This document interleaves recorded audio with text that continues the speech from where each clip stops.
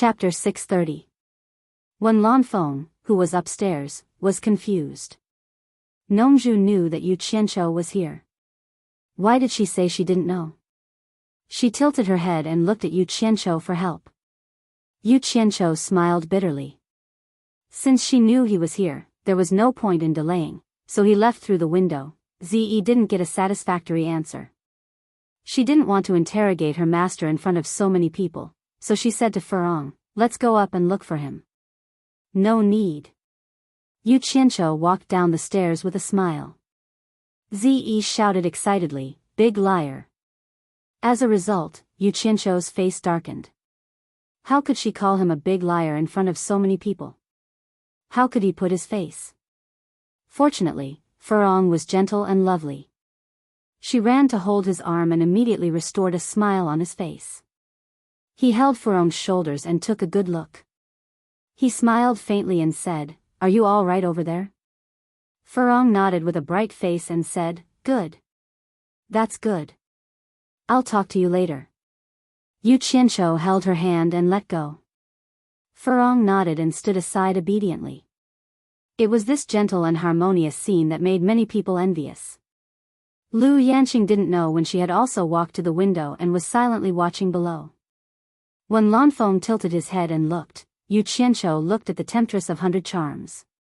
When he was about to walk over, Zi stopped him and asked excitedly, "Big liar, when did you come?" Yu Qianqiu rolled his eyes and asked word by word, "Who's the big liar? Please pay attention to the way you address me." If it weren't for Nongzhu's covetous eyes, he would have turned hostile on the spot. Zi didn't care and wasn't angry. She smiled and asked, "Yu Qianqiu, how much money did you cheat while I was away? Remember to treat me later." Nongzhu looked at her daughter and was speechless. She was indeed a little rude. Yu Qianqiu wished that he could seal her mouth. Every time they met, she would not say anything nice. Taking a deep breath, he squeezed out a smile and said, "You're getting married soon. I forgot to congratulate you. Have you received the congratulatory gift that I asked your master to bring for you?" "Marry?" Zi opened her mouth wide and was stunned. Nongzhu wished she could cover Yu Qianqiu's mouth with her own. Zi was going to get married? Why hadn't Nongzhu mentioned it before? When Lanfeng and Lu Yanqing looked at each other, then they disappeared from the window and suddenly appeared in the courtyard, causing a group of people to salute them. "Nongzhu, what do you mean?" When Lanfeng asked somewhat unhappily, "Ziyi's marriage is such a big matter. Why have I never heard you mention it? Could it be that you look down on me, Wen Lanfeng?" Lu Yanqing also said unhappily, "Nongzhu, we watched Ziyi grow up, don't tell me we don't even have the qualifications to drink a cup of wedding wine? Who said I'm getting married? Why didn't I know?" Zi said blankly. Nongzhu could not explain, so she simply put the blame on Yu Qianqiu and said, "Don't listen to this boy's nonsense. He doesn't speak the truth." Everyone's eyes were focused on Yu Qianqiu again. They were very suspicious, as if they were doubting his honesty. Yu Qianqiu's personality was that of someone who would twist words and force logic even if he didn't suffer a loss. How could he stand being wronged like this? F***ck, he cursed on the spot. "Who's talking nonsense? You were clearly the one who told me that." "Oh." Yu Qianqiu suddenly revealed an expression of sudden realization. "I understand now. You must have come up with a reason for Ziyi's marriage in order to swindle my treasured sword. I was wondering why I didn't hear anything before." Then he pointed to Nongzhu and said to Zi, "Zi, look carefully. Your master is the real liar." "Shut up." Nongzhu was embarrassed into anger and said, "Who cheated you of your sword? You're ruthless. I can't explain it to you." Yu Qianqiu stretched out his hand and said coldly, "Give me back my sword. Don't tell me you didn't take it. Who took your sword?" Nongzhu shouted angrily. The two of them quarreled directly and both of them argued. The people present did not know who was telling the truth and who was lying. Those who did not know that Yu Qianqiu's master was Bai Changchun admired Yu Qianqiu's courage. He dared to contradict Nongzhu, who was in the spirit-severing stage.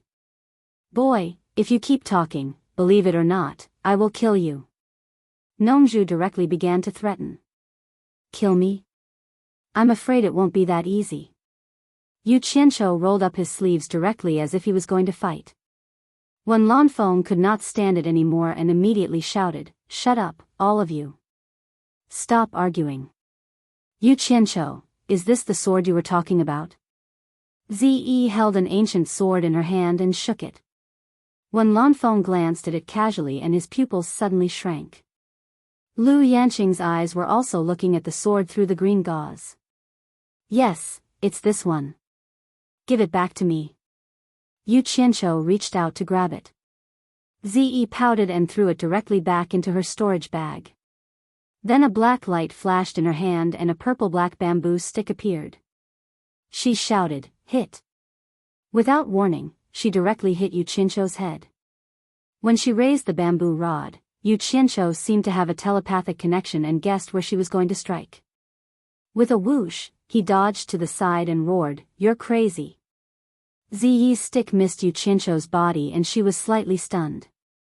Her cultivation was not a little higher than Yu Qianqiu's. In addition, it was a close-range sneak attack. It was reasonable to say that it was difficult for him to dodge with his speed. Unexpectedly, he seemed to be able to predict it and actually dodged in advance, anticipating the enemy's first move. When Lanfeng, Lu Yanqing, and Nongju looked at each other and were somewhat surprised. They all saw that Yu Qianqiu did not dodge with speed, but in advance as if he had predicted it. It should be known that in a battle, being able to predict the enemy's first move was a great advantage. It was often a matter of life and death. This was a kind of sharp intuition given by God, or precious experience accumulated after a long period of fighting. Not everyone could have this kind of intuition. And some people, even if they fought for a lifetime, could not understand a thing or two in this aspect. To be exact, people who had this kind of magical intuition could be described as people who were blessed by God. Even if the three of them had reached the soul formation stage, it was difficult to use this intuition in a fight. Maybe they could occasionally see it, but they would doubt it and dare not follow their intuition unless they had to. After all, if they made a wrong step in a fight, the consequences would be unimaginable. Maybe it was a coincidence. The three of them secretly said in their hearts, "Fight." Ziyi's attack missed, and she was not satisfied. She flashed and rushed to hit again with the stick. Although she did not see anything on the surface, she was stimulated by Yu Qianqiu's words. When her master gave her the sword, he said that it was a gift from Yu Qianqiu, which made her very happy. Who knew that when she met Yu Qianqiu, he wanted to take back the sword? She was very unhappy to take back the thing that was given to her, so she had to hit Yu Qianqiu to vent her anger. F***CK. Before Zi could move, Yu Qianqiu let out a ghastly cry and once again dodged to the side in advance. Zi immediately pounced on empty air. He dodged in advance again. When Lanfeng and the other two looked at each other in surprise. Zi missed. Before her feet touched the ground, she dodged to the side and chased after Yu Qianqiu. She was hurt by this big liar. How could she be satisfied if she did not hit him with the stick? However, Yu Qianqiu seemed to have eyes in the back of his head. He suddenly twisted his body and moved to the side. Ziyi's bamboo stick brushed past his back and missed. Even Yu Qianqiu himself didn't know why he suddenly did this. In any case, his body followed his heart's desire, and his body followed a flash of thought. When he really heard the sound of dodging, he rejoiced. This girl was stubborn and did not know how to control her strength. If she really hit him, it would be embarrassing. At first, Furong thought that the two of them were joking. However, when she saw Zi continuously chasing after Yu Qianqiu, it did not seem like a joke. Furong immediately asked anxiously, "Zi, why are you hitting him?" Hit. A purplish-black light left Ziyi's hand and shot towards Yu Qianqiu with a whistling sound. The more Zi could not hit him, the angrier she became. She actually used her sword to control the bamboo stick to chase after him. She was fast, but Yu Qianqiu's reaction was not slow. He did not even turn his head and bent down. A gust of wind swept over his head. However, before he could raise his head, he subconsciously dodged to the side and the bamboo stick that shot back was dodged again. A purplish-black shadow shuttled around the courtyard, forcing Yu Qianqiu to jump up and down, dodge left and right, and jump back and forth. He did not even have the chance to speak. However, the shadow could not touch him. The purplish-black shadow always brushed past him. Wen Lanfeng and the other two were dumbfounded. They did not feel that Yu Qianqiu was embarrassed at all. Instead, it was as if they had seen something incredible. Yu Qianqiu did not dodge with speed. He dodged in advance every time based on his intuition. Even if the bamboo stick suddenly changed direction, he could still react in advance. It was incredible that he could use intuition to this extent. Unfortunately, when Bai Changchun taught Yu Qianqiu that animal play, Nongzhu was not there. If he was there and heard Bai Changchun's words, he would not be so surprised. When Bai Changchun taught Yu Qianqiu that animal play, he said that this incantation was not very powerful. The secret of mastering it was reflected in the 4 words, foresight. Once one was proficient in it, it would benefit him for the rest of his life. Zi busied herself for a long time, and her face was filled with astonishment. She suddenly put away her bamboo stick and stared at Yu Qianqiu, as if remembering something. When Bai Changchun had said those words, she had been there, and now she remembered. "You're so stubborn. Is there something wrong with your brain?" Yu Qianqiu finally had time to speak. He rolled up his sleeves and said fiercely, "I am the strongest master below the deification stage, and I am not weak. You forced me to do this, so don't blame me for being rude." His face was ferocious like a hungry wolf about to eat a lamb. He was ready to fight back. "Have you mastered that animal play?" Zi pointed at him and asked in a daze. "Why do you care what I have mastered?" Animal play?" Yu Qianqiu shouted halfway and then stopped. His face froze, and he suddenly recalled the scene just now. It seemed that he had been dodging based on intuition. Chapter 631. Recalling the process of dodging earlier, he recalled what Bai Changchun had said when he taught him the animal moves. When he saw the animal world in the Jade Archive, he didn't know whether to laugh or cry. After listening to Bai Changchun's words, he decided to give it a try. Although he was just giving it a try, he still put in a lot of effort because he had full trust in Bai Changchun. Whenever he was free, he would put his heart and soul into it. He couldn't say that he was very proficient, but he was pretty much done. To be honest, after practicing for so long, he really didn't find any benefits. However, he found that the more he practiced, the more his movements resembled those of the animals in the mountains. He didn't dare to show it in front of others as it was too embarrassing. However, some things were always like this. The effort he put in would not go to waste. Yu Qianqiu stood there and smiled foolishly. He was pleasantly surprised. Animal moves? Nongzhu's eyes lit up. She raised an eyebrow and rubbed her chin. Her expression was unpredictable. When Lanfeng took a deep look at Yu Qianqiu, then asked Nongzhu, "Was it Qi who taught you the magic incantation?" When she said the word Qi, she slightly paused. Lu Yanqing's eyes flashed as she stared at Nongzhu. Nongzhu nodded with a sinister smile. "Yu Qianqiu, am I right?" Zi asked expectantly. She was also practicing the animal play, but her movements were still bumpy. She couldn't even be said to be smooth. One could imagine how depressed she was. Little did she know that she had grown up in the purple bamboo forest in the southern sea and rarely left the island. She had never seen many of the animals in the animal moves, and she didn't even have any impression of some of the common poultry. How could she master it just by relying on the pictures in the Jade Archive? Naturally, the effort was not worth the reward. Yu Qianqiu slowly turned his head and snorted, "I don't know." The pleading expression on Ziyi's face froze. She said angrily, "Let me try again." Her figure flashed, and a series of shadows appeared in the courtyard. It was a dazzling sight. All of them rushed towards Yu Qianqiu, making it hard to tell which was real and which was fake. F***ck. You're still coming. Yu Qianqiu let out a strange cry and began to jump around again. Furong, who was at the side, said anxiously, "Ze, don't hit him anymore." However, he didn't listen to her advice at all. Amano and the others looked at each other. Knowing that they were all acquaintances and wouldn't kill anyone, they didn't bother. Form displacement transposition. When Lanfeng and Lu Yanqing looked at each other and smiled. This was Nongzhu's signature incantation. The allured demonic lady looked at Ziyi's familiar movement technique with suspicion. She wondered why it was so similar to the Great Illusion technique. However, there was still a difference between the two. As soon as Ziyi used the shape displacement transposition, Nongzhu subconsciously looked at the Enchantress of 100 Charms. In fact, this technique was created by him after he saw Qiu Meinyang use the Phantom Great technique in the past.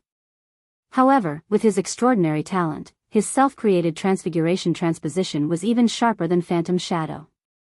The biggest use of Phantom Shadow was to confuse people's eyes and ears. The shape displacement transposition created by Nongzhu could not only confuse people's eyes and ears, but it was also good at speed. It was also supported by attack. The fast and elusive way of attack was hard to guard against.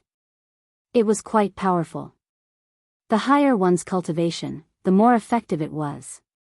However, what surprised when Lanfeng and the others was that Yu Qianqiu, who had been a little flustered in the beginning, now seemed a little elegant when he moved and dodged, giving off a transcendent feeling of walking on water. They were immediately shocked when they observed carefully. They saw that Yu Qianqiu actually closed his eyes with a faint smile on his face.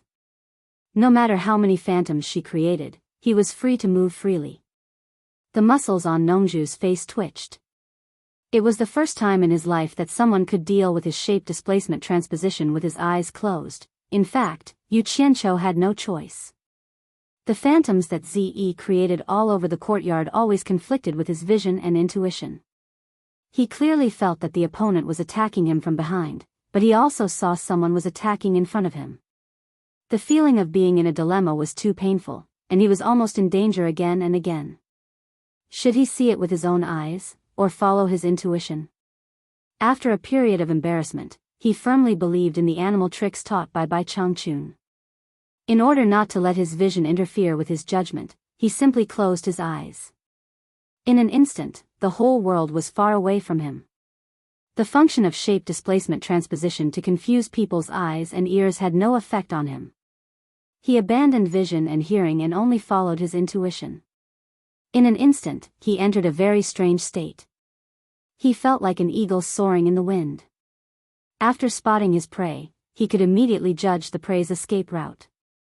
With a preemptive dive, he could accurately make the prey fall into his claws. He felt like a fish in the water. No matter how fast the hunter's attack was, as long as there was a little fluctuation in the water, he could quickly catch it, quickly avoid the attack and escape. The more confident he was, the calmer he was. His movements were more elegant and free, like a rabbit rising and a cuckoo falling naturally. It had to be said that the cultivation of the tribulation stage provided him with a lot of convenience, giving him many abilities that ordinary people could not avoid. The more Ze fought, the more impatient she became.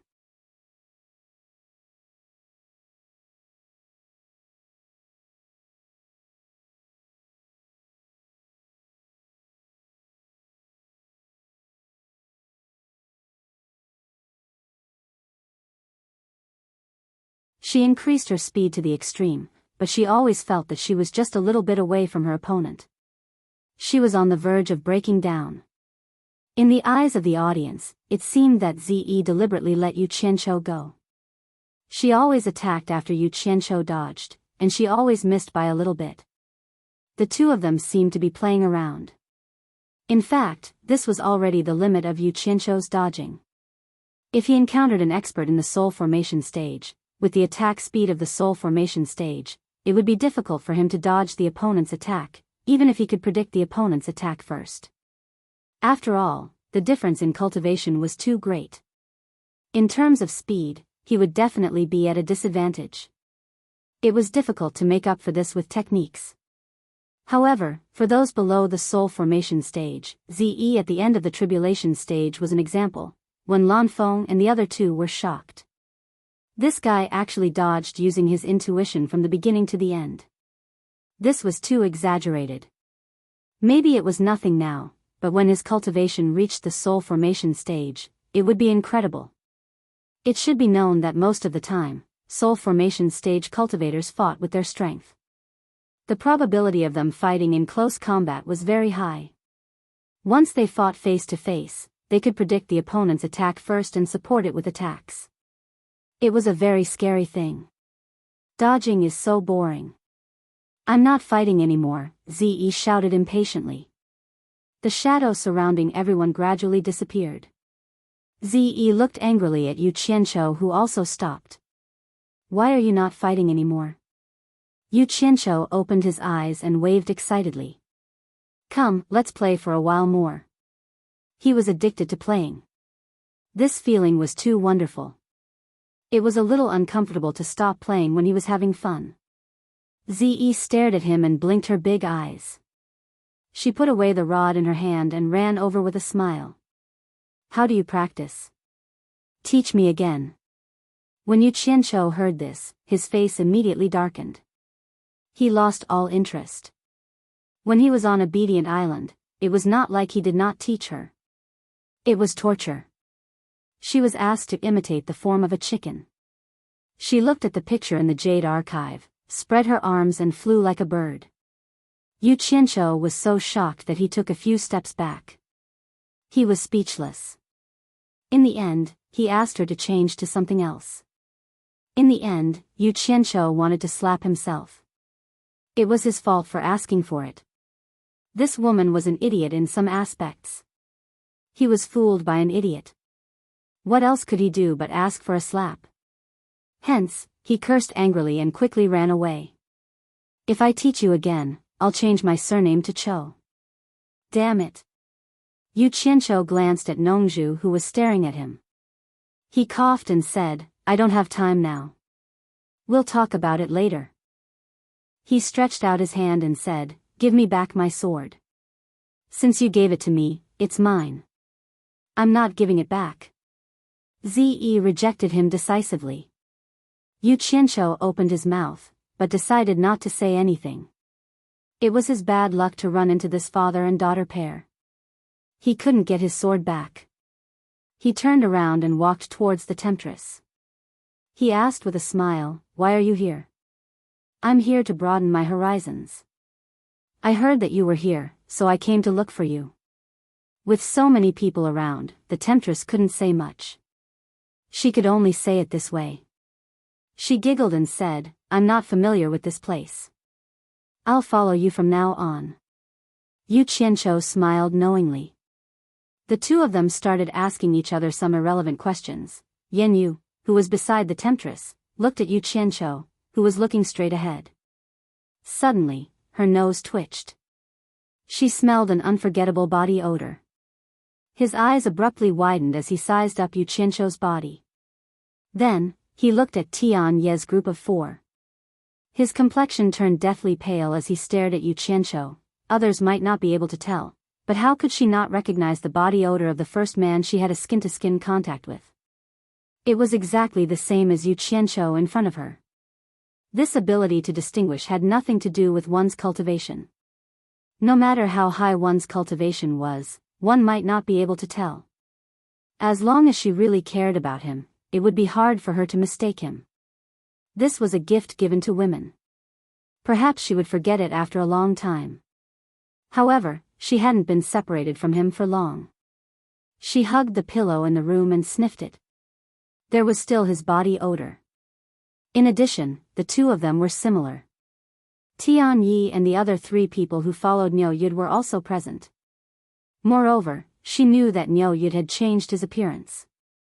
The Niu Yud she saw was not his original face. With so many coincidences, it was hard for her to mistake him. She guessed who Yu Qianqiu was in an instant. However, Yu Qianqiu did not even look at her. That kind of indifference at such a close distance made her feel like her heart was being torn apart. The temptress inadvertently noticed Yan Yu's reaction. She saw her body tremble slightly and her face pale as she stared at Yu Qianqiu. She could not help but be stunned. Yenyu, what's wrong?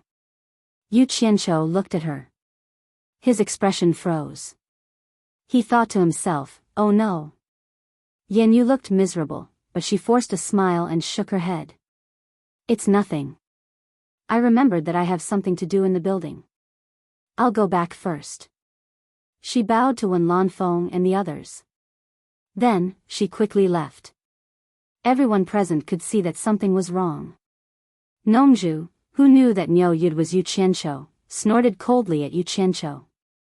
After Lu Yanqing watched Yenyu leave, she also turned to look at Yu Qianqiu. She sighed slightly behind the green veil. Chapter 632. The atmosphere suddenly became a little heavy. Although Wen Lanfeng did not know what happened, she knew that no one wanted to say anything. So she called the manager of the shop and arranged the rooms for everyone. Hibiscus naturally lived with Yu Qianqiu. After all, their identities had been made public, so there was nothing to hide. After returning to the room, Yu Qianqiu still looked a little strange. Hibiscus grabbed his arm and asked weakly, what's wrong with you? Are you unhappy that I came here without telling you? Then I'll ask Senior Nongzhu to take me back. Yu Qianqiu was stunned. He turned to look at her and suddenly smiled. He said, what nonsense are you talking about? I'm not unhappy. I'm just thinking that the cornucopia is very lively. If I take Hibiscus out for a walk, I don't know if Hibiscus will be happy. I'll be happy. Hibiscus suddenly became energetic. She held Yu Qianqiu's arm and complained, when Zi and I came here, Senior Nongzhu told us not to run around. We saw that it was very lively down there from the God of Wealth Peak. I've wanted to see it for a long time. Will you take me there now? Although she spoke in a questioning tone, her face was filled with hope. Yu Qianqiu did not have the heart to refuse her. He immediately took her hand and said with a smile, let's go. I'll take you there right now. Furon's face was full of joy as she followed him out.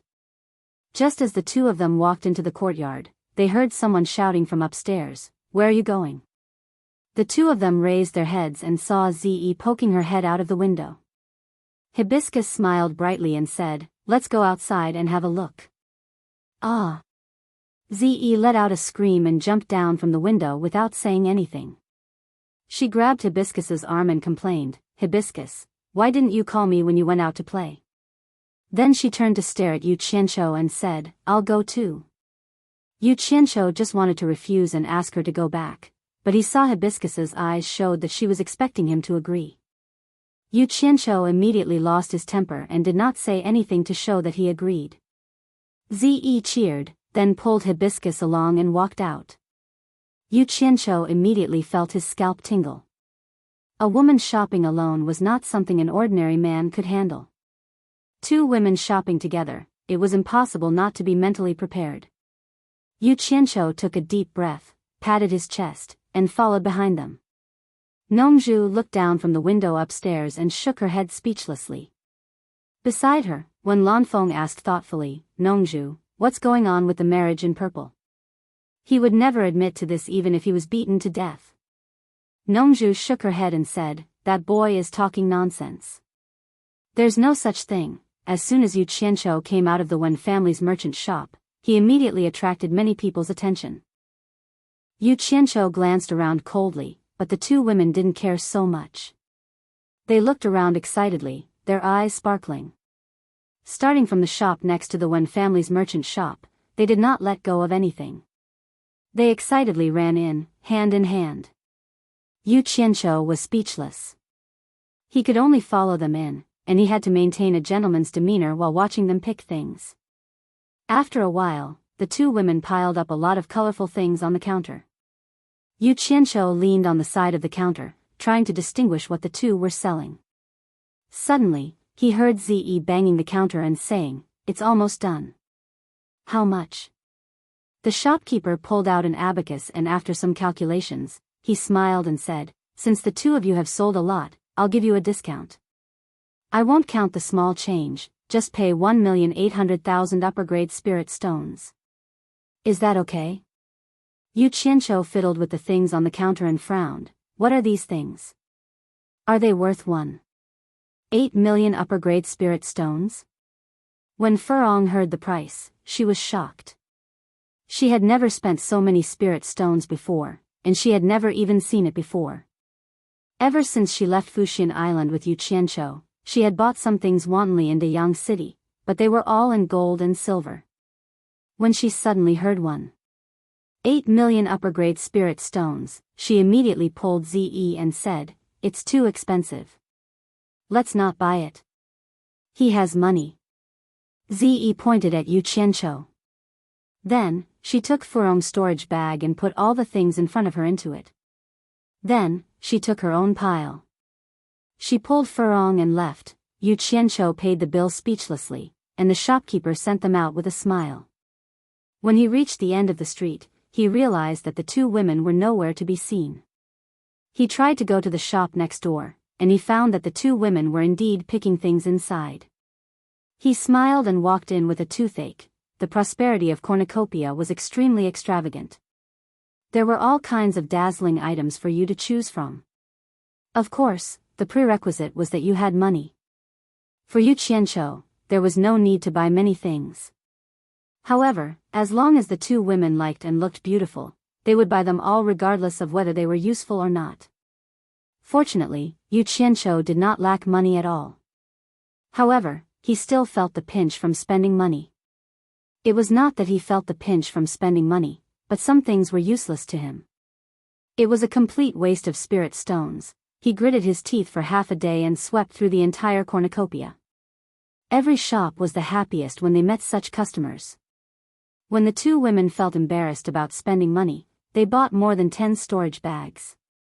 Only then did the three of them return to Wen Clan's shop. When the two women returned, they immediately went into the room to check their spoils of war. Yu Qianqiu calmly asked Imo Xiaojun to go out with him. As soon as they reached the yard, a head poked out of the window on the top floor and shouted, "Yu Qianqiu, come up for a moment." It was Nongzhu. Yu Qianqiu asked Imo Xiaojun to wait for a moment and directly jumped in through the window. Seeing that Wen Lanfeng and the other two were there, he asked Nongzhu after saluting, "What's the matter?" Nongzhu put her hands behind her back and said expressionlessly, "You and Niu Yud are old acquaintances. Help me contact him. I have something to ask him." Yu Qianqiu was stunned. He did not know what Nongzhu was doing. He asked suspiciously, "Why are you looking for him?" Nongzhu pointed to Wen Lanfeng and Lu Yanqing and said, "Well, they also want a batch of limit-breaking pills and 7 treasures pills.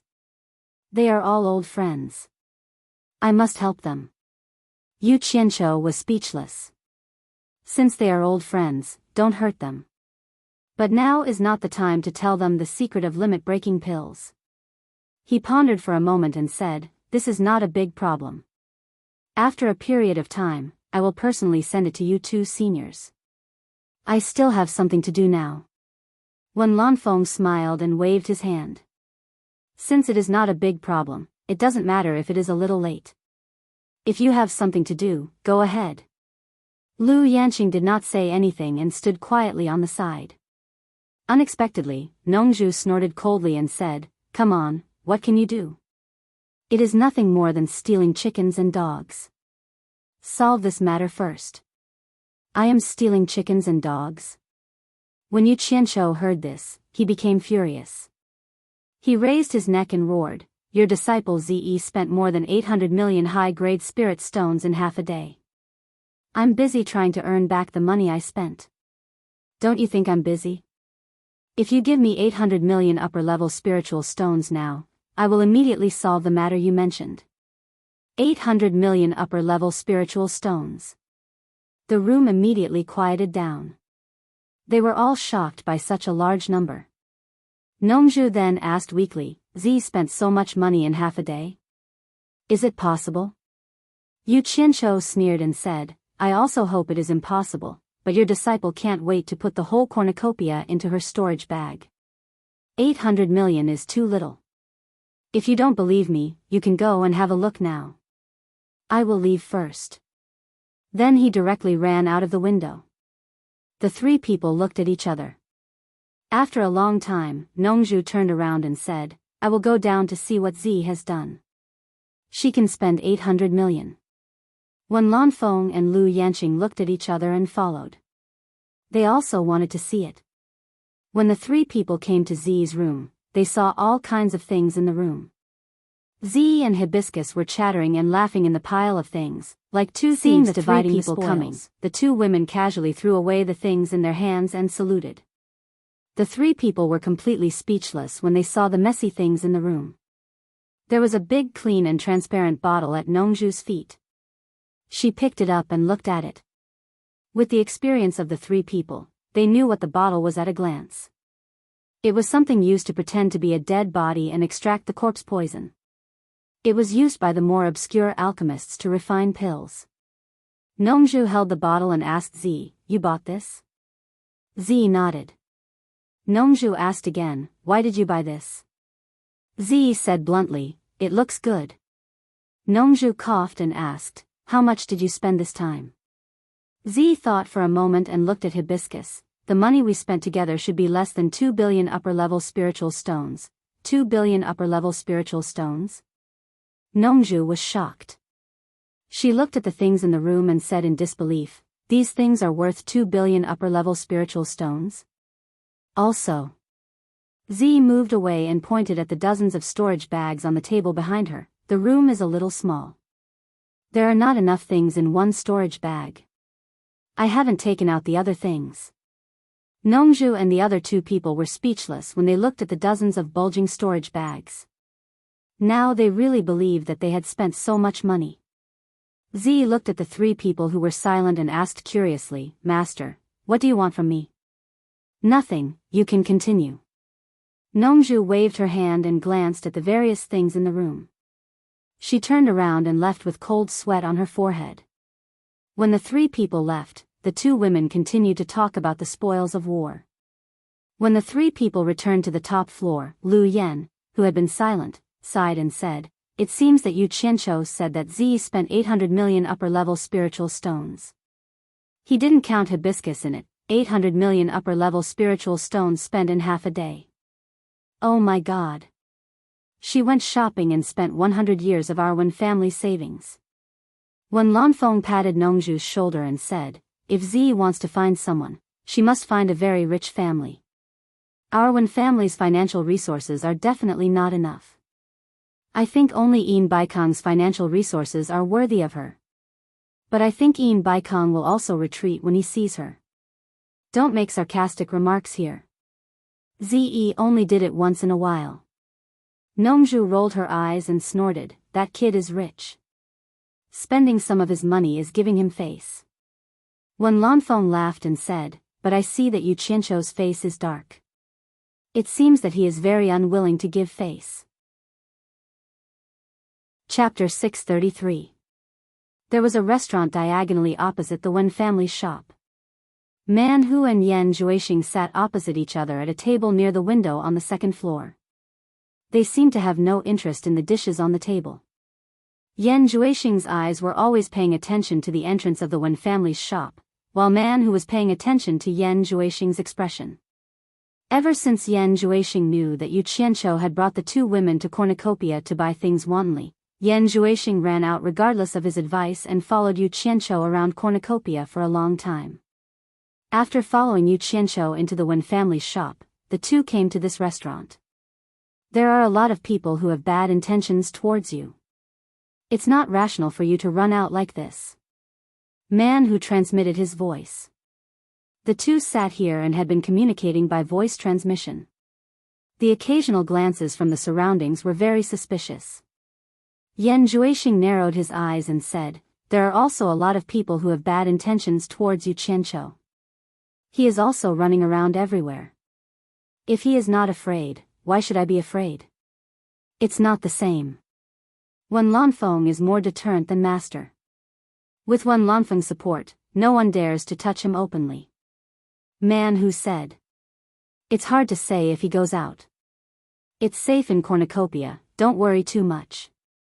Yan Juexing smiled and avoided the topic. Yu Qianqiu is really rich. He had spent a lot of money on the two women on this trip. It seems that he values those two women very much. This guy is ruthless and shameless. He doesn't seem to be easy to deal with. I didn't expect him to have such a tender side. Could it be that his weakness is his women? I can see that you are very concerned about Yu Qianqiu. It's not a normal kind of concern. Man who said. Yan Juexing turned his head and looked at him. There was a heart-palpitating indifference in his eyes. Then he returned to calmness and said with a smile, he and I are old enemies. Thanks to him, my family can't reunite until now. What's more, second senior brother's enmity is also here. After seeing the change in his eyes, Man whose heart trembled slightly. When Yan Juexing first cultivated the demonic book, he found it difficult to control his emotions and often had this kind of eyes. Later on, as he cultivated for a long time, he was able to control it. However, whenever this expression appeared in his eyes, it meant that he was very unhappy. Man who didn't say anything else. He felt that Yan Juexing's desire for Yu Qianqiu wasn't as simple as revenge. Ever since Yan Juexing frequently inquired about Yu Qianqiu's news. The world's #1 expert below the soul formation stage has appeared. Let's go and see what else he wants to do. Yan Juexing stood up and left the table. Man who turned his head around and saw Yu Qianqiu looking around for a while before leaving when Clan's shop with another person, Mo Xiaojun followed behind Yu Qianqiu. He didn't know what he was going to do, but since Niu Yu told them to listen to him, they didn't dare to have any objections. Moreover, Yu Qianqiu's background wasn't simple either, so it wasn't too bad for them. What they saw in the Wen family's shop shocked the four of them.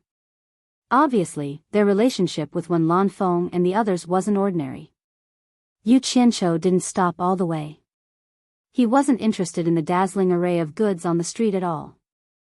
After accompanying Furong and Ze for half a day, he spent more than 1 billion yuan. Now he didn't even want to look at the shops on the street. One look would bring back painful memories. It was really painful, so he might as well not see it and not be annoyed. In fact, money was a small matter. It wasn't like it was robbed by others. What else could he say when his woman spent it?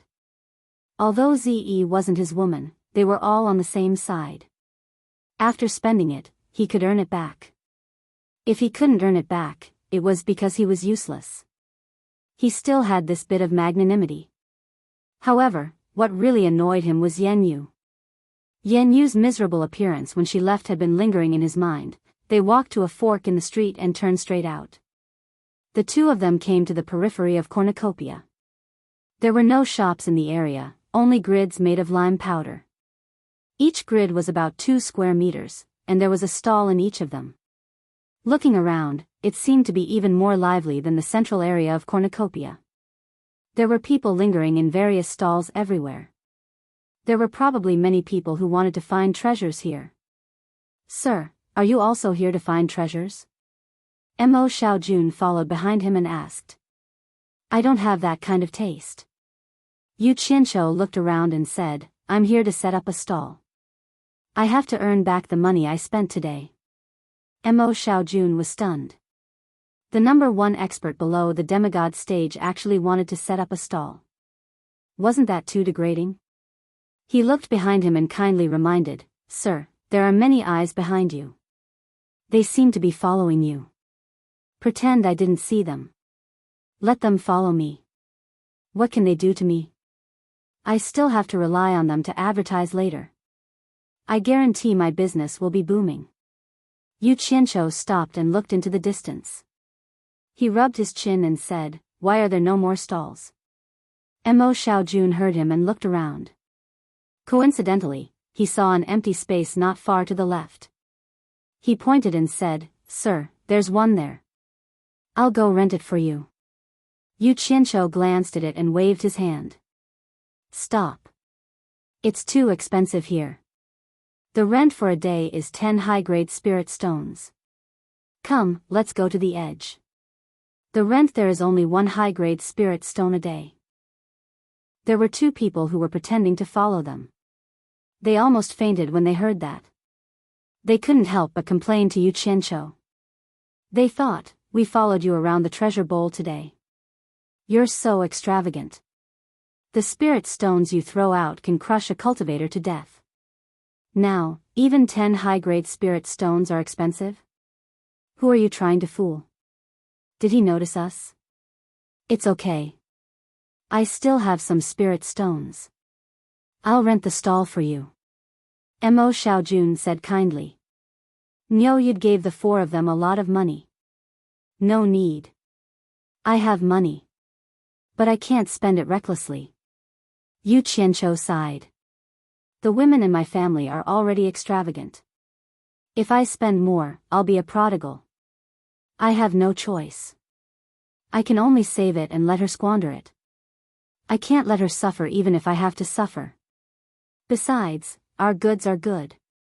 We don't have to worry about not being able to sell them. It doesn't matter if the stall is a little bad." Mo Xiaojun quickly shut up. This master was a man with his own ideas. He didn't need him to make decisions for him. The 2 of them walked to the edge of the treasure bowl and strolled around. In the end, they found that the expensive areas were still empty. But the stalls here were all occupied. It seemed that the majority of the poor were still poor. There were many people who wanted to save money. Actually, Yu Qianqiu's position was quite conspicuous. Whether it was a buyer or a seller, they were all quietly sizing him up. After all, he was the famous Yu Qianqiu. Someone didn't understand and quietly asked the person next to him who he was. The person next to him turned around and made a butcher's gesture at him. He said softly, "Butcher." The latter opened his mouth and didn't dare to say anything else. He used his eyes to observe carefully. Yu Qianqiu pinched his chin and looked around. Was he looking for someone to rent with? Or was he looking for someone he didn't like to chase away? "Senior, do you want to buy something?" Someone suddenly spoke behind him. Although he didn't know if he was called, he still looked back and saw a familiar person nodding and bowing to him.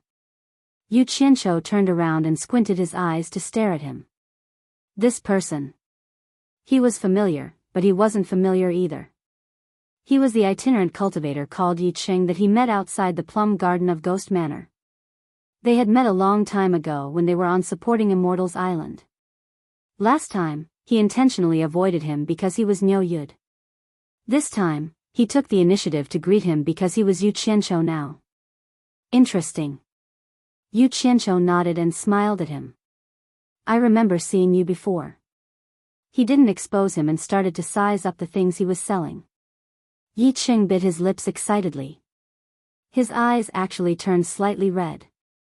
"Senior, you actually still remembers me.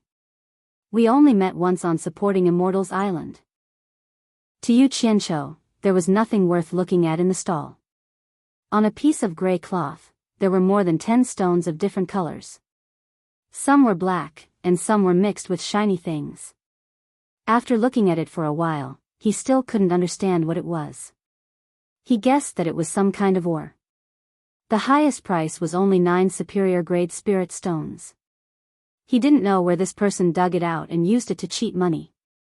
Yu Qianqiu bared his teeth and said, "What's your name?" "Senior Yu, my name is Yi Ching," Yi Ching said respectfully. Yu Qianqiu scratched his head and said, "Can I discuss something with you?" Yi Ching was stunned and immediately asked, "Please speak." "How about I rent this stall with you?" Yu Qianqiu asked. Yi Ching immediately let out an "ah" and thought that he had heard wrongly.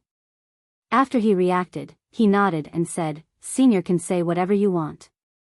Then I won't stand on ceremony." Yu Qianqiu stretched his arm and first collected all the small wooden signs with the price tags on the stall. Then, he stacked the pile of broken stones to one side. After emptying half of the space, he took out pots of fresh flowers from his storage bag. There were a total of 10 pots. The flowers were orchids. The strange thing was that the thin and long leaves were tender and beautiful blood red. There was also a faint smell of blood. There were 7 pure white flowers on top of them. The blood-red stamens clustered around the white petals. The whole thing gave off a pale feeling of blood. These 10 pots of flowers gave off an evil feeling. Then, he took out a wooden board and wrote a bunch of words on the board with a fiery red glow on his finger. The people at the side could smell the burning wood. After he finished writing, he stuck the board into the ground with a "kacha" sound. He looked at Yi Cheng and then at the pile of broken stones. Then, he took out another wooden board and wrote a bunch of words on it. After he finished writing, he stuck the board into the pile of broken stones as well. After that, Yu Qianqiu clapped his hands and pulled out 2 chairs from his storage bag. He placed them behind the stall and sat down with his legs crossed. He raised his hand and gestured for Yi Cheng to sit as well. Yi Cheng did not dare to disobey. He nervously wiped his butt and sat down. The latter was nervous and excited. He did not expect to be on equal footing with Senior Yu. Mo Xiaojun looked at the words on the 2 boards and was speechless. He took a few steps and stood behind the 2 chairs. Yi Cheng wanted to give up his seat but was stopped by Mo Xiaojun. He pointed at Yu Qianqiu and gestured for him to listen to him. Yu Qianqiu was setting up a stall on the street. There was an uproar. The idle crowd walked over quickly to see what he was selling. Chapter 634. In the blink of an eye, the stall was so crowded that not even a drop of water could trickle through. Everyone tiptoed to squeeze in. The other stalls on the side suffered, and they were trampled by pairs of feet. However, they were humble, so they didn't dare to say anything. They couldn't continue, so they had to temporarily close their stalls and watch the bustle. When someone saw the 10 pots of orchids, his eyes immediately lit up. He obviously recognized them. However, not many people recognized it, so they all looked at the wooden sign, only to see that it was written, 7-star blood orchid, sold in large quantities, 200 million upper-level spirit stones per plant, honest to the old and young, no bargaining. It's 7-star blood orchid. Sold in large quantities? So many. Someone from Treasure Tower seems to be buying one for 20 million. Everyone looked at the sign inserted next to the stone, which read, rare or priceless, the highest bidder gets it. There were people who had seen these stones in Yi City's stalls before. At that time, the highest price was only 9 top-grade spirit stones. How did it become priceless in the blink of an eye? Those who recognized these ores sighed in their hearts, but they couldn't point it out in front of Yu Qianqiu. However, there were also many people who were tempted by these stones. They could be sold together with the 7-star blood orchid, and they were priceless, so they must be good things.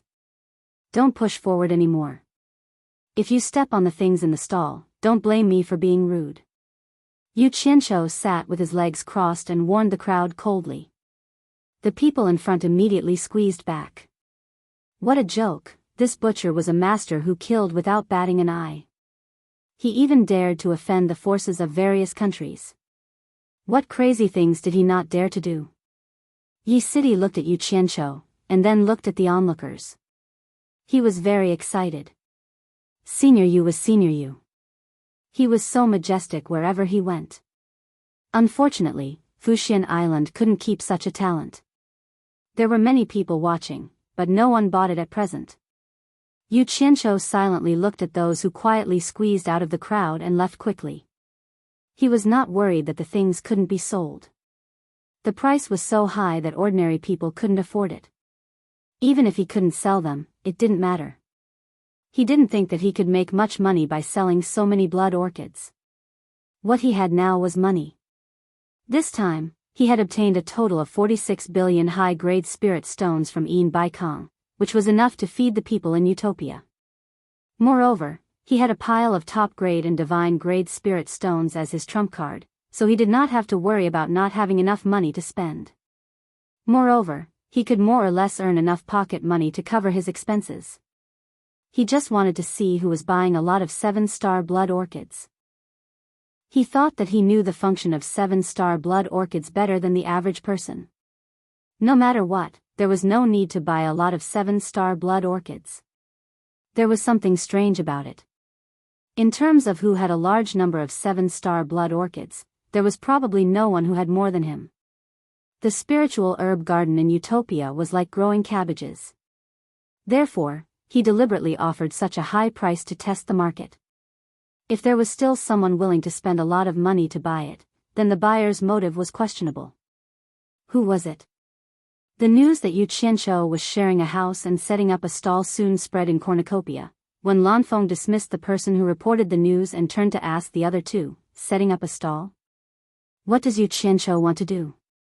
Nongzhu also shook her head in confusion and said, this kid talks all day long and does all kinds of unimaginable things. Who knows what he wants to do? Strange, where did he get so many 7-star blood orchids to sell? Selling a lot of 7-star blood orchids? Lu Yanqing paused and said softly, Spirit Fang Valley also raised one of the 7-star blood orchids. I have been studying it and found that this kind of spiritual herb is very magical. When it is refined with different spiritual herbs, it can produce different miraculous effects. It seems that there is infinite potential to be unearthed. Unfortunately, the cultivation period is too long, and I dare not use it freely. I only pluck a leaf every once in a while to study it, mainly because I am afraid of hurting it. As he spoke, he looked at Nongzhu and said, this thing is very hard to come by. I also want to buy a few from Yu Qianqiu, but the price of 200 million per plant is too high. To me, it is a little too high. Nongzhu, can you help me talk to Yu Qianqiu and ask him to sell me some at a lower price? You also know that my Spirit Fang Valley is not like other places. We have almost no income and can't get so much money. Just think of it as I owe him a favor, or I can exchange some rare elixirs with him. When Lanfeng and Nongzhu looked at each other, everyone knew that alchemy was the strength of Spirit Fang Valley, but it was hardly involved in trading. Moreover, Spirit Fang Valley's medical skills were the best in the world, but they never profited from it. They had always treated people in the world for free, including those secular mortals. Therefore, compared to other forces, Spirit Fang Valley was really poor. The disciples in the sect almost didn't use spirit stones for cultivation, but took elixirs. But it was also because of this that they won the respect of the world. Cultivators who owed them a favor, if they had the opportunity to get good spirit herbs, would give them to her free of charge. Even those secular mortals knew that Spirit Fang Valley liked all kinds of herbs.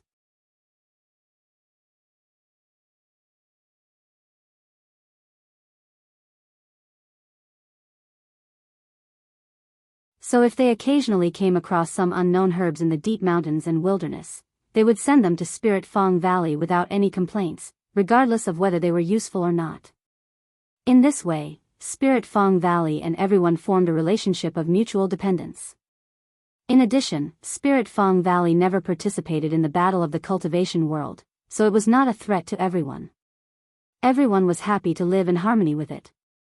After all, they might one day need to ask Spirit Fang Valley for help. Fighting and killing, it was inevitable to suffer some incurable injuries. Even the well-known old fox, Yin Baikong, would send a large number of spirit herbs at a fixed time every year for free. Using rare elixirs to exchange with him? Nongzhu murmured with a strange expression. She thought to herself, is there a lack of rare elixirs in that guy's hands? He can even refine those legendary heaven-defying elixirs by himself. I really don't know if the rare elixirs in your hands will catch his eye. What? Is there a problem? Lu Yanqing asked. Nongzhu shook her head and said with a wry smile, I trust you too, so I won't hide it from you. Lu Yanqing, if you exchange elixirs with him, I'm afraid he won't be interested in your elixirs. To be honest, that kid himself is a genius in alchemy. Some of the elixirs he refined can be called heaven-defying. His attainments in this aspect may not be lower than yours. What's more, this guy has a lot of unorthodox ways. He can always get some rare spirit herbs. You should be able to see it from the large number of 7-star blood orchids he set up today. He is also a master in alchemy?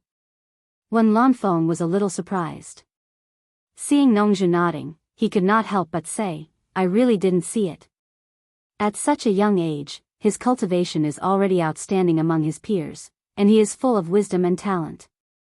I didn't expect him to be proficient in alchemy. Given time, it will be amazing. As an experienced person, He knew that it was impossible for a person to be distracted to do too many things. There were specializations. If one was good at one thing, the others must be weaker.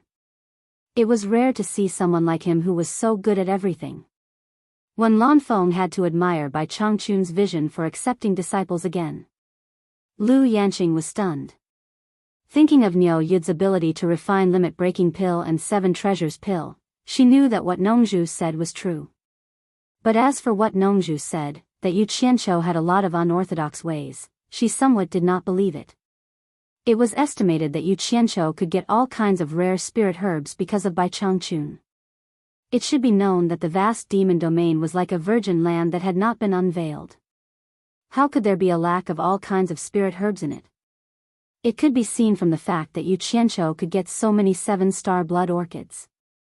Yanqing, why don't I buy 10 for you? When Lan Feng said with some apprehension. He knew that the result of saying this would be rejected. It had always been like this for many years. But it involved such a large number of spirit stones. Who would have the nerve to ask Yu Qianqiu to give it for free? Robbing? That was even worse. Not to mention that Lu Yanqing would not accept it, just the serious consequences of robbing Bai Changchun's disciple was not something that anyone could bear. Sure enough, Lu Yanqing shook her head and said, I appreciate your kindness. I'll talk to him myself. If he doesn't want to, then forget it. I won't force him.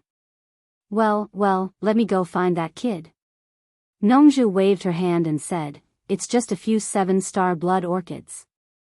It's not as complicated as you think. If he has more, let him give some for free. Lu Yanqing, you owe him a favor. Don't mention exchanging elixirs for them. In fact, Nongzhu really didn't want to open his mouth. Some time ago, he got a sword from the immortal world from Yu Qianqiu. If he said it was a betrothal gift, he could comfort himself. Later, Zi spent so much money from him. He could also comfort himself by saying that it was right. His daughter was ready to be given to him. It was nothing to spend some money from him. But then he asked him for a batch of limit-breaking pills and 7 treasures pills. Now he had to ask Yu Qianqiu for a few 7-star blood orchids. No matter how thick-skinned Nongzhu was, he felt a little embarrassed. He asked for things from the younger generation, and they were all valuable things. It was a little shameful. Taking advantage of others was not like this. He was not at the point where he could be slaughtered, right? What's more, when Yu Qianqiu left before, he said that he was going to earn back the money his daughter spent, so he set up a stall to sell blood orchids. The disciple of Bai Changchun, the world's #1 master, was forced to set up a stall to sell things. As a result, when the things were put out, he took a fancy to them and asked them for free. How could he ask for it? Originally, he was very unhappy that Yu Qianqiu and the woman in the Sleeping Spring building were together. He was also full of anger and wanted to find an opportunity to teach this kid a lesson. But he was short of a hand. If he opened his mouth, the guy who only cared about money would lose hundreds of millions in vain. How could he mention the woman in the Sleeping Spring building? It should be known that the kid was not a good person to talk to. At that time, he could shut him up with one sentence. But seeing the two friends in a dilemma, he couldn't bear it, so he had to agree to this matter. But the consequences of agreeing to this matter, he was afraid that some things would have to be turned a blind eye to Yu Qianqiu. Chapter 635.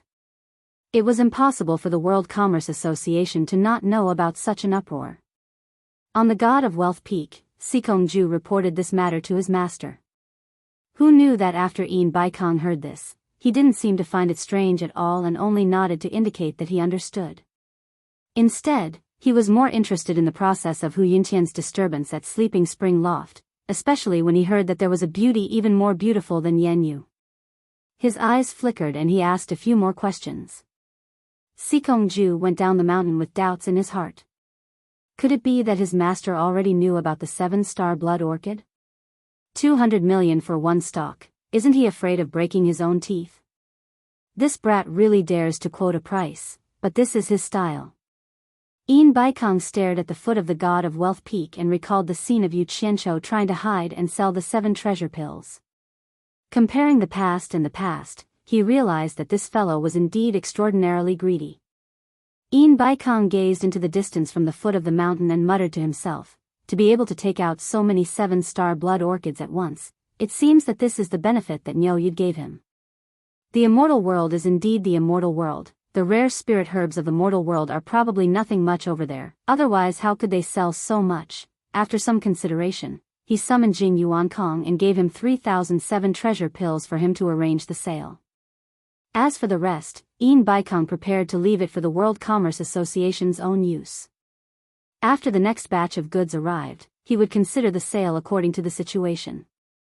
After repeating this a few times, he would have enough financial resources and spirit pills stored up.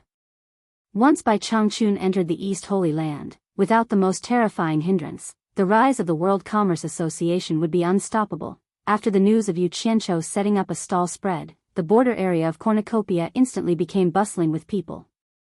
Yan Zhuixing and Man Hu stood outside the crowd. Because they were worried that someone would secretly attack them, they didn't dare to squeeze in to take a look. On this point, Yan Zhuixing was more or less not as bold as Yu Qianqiu. That fellow could still sit in a pile of enemies with his legs crossed and shout. Who was he afraid of? Yan Zhuixing and Man Hu's expressions turned serious when they heard that Yu Qianqiu had set up a stall to sell 7-star blood orchids. They felt that it was too much of a coincidence. Previously, they were still discussing with Bing Qingzi where they could get a large number of blood orchids. Now, Yu Qianqiu began to sell them in large quantities. It couldn't be more coincidental. However, the price was really ridiculously high, 200 million upper-level spirit stones per plant. Man Hu looked at the people coming and going and said with some worry, if we wait like this, will someone buy it? It might be possible if the price was low, but the price of 200 million per plant is too high. Unless there is an urgent need, who would spend such a huge amount of money? Wasn't he selling them in bulk? Even if someone wants to buy it, it's impossible for them to buy it all, Yan Zhuixing denied. That's true.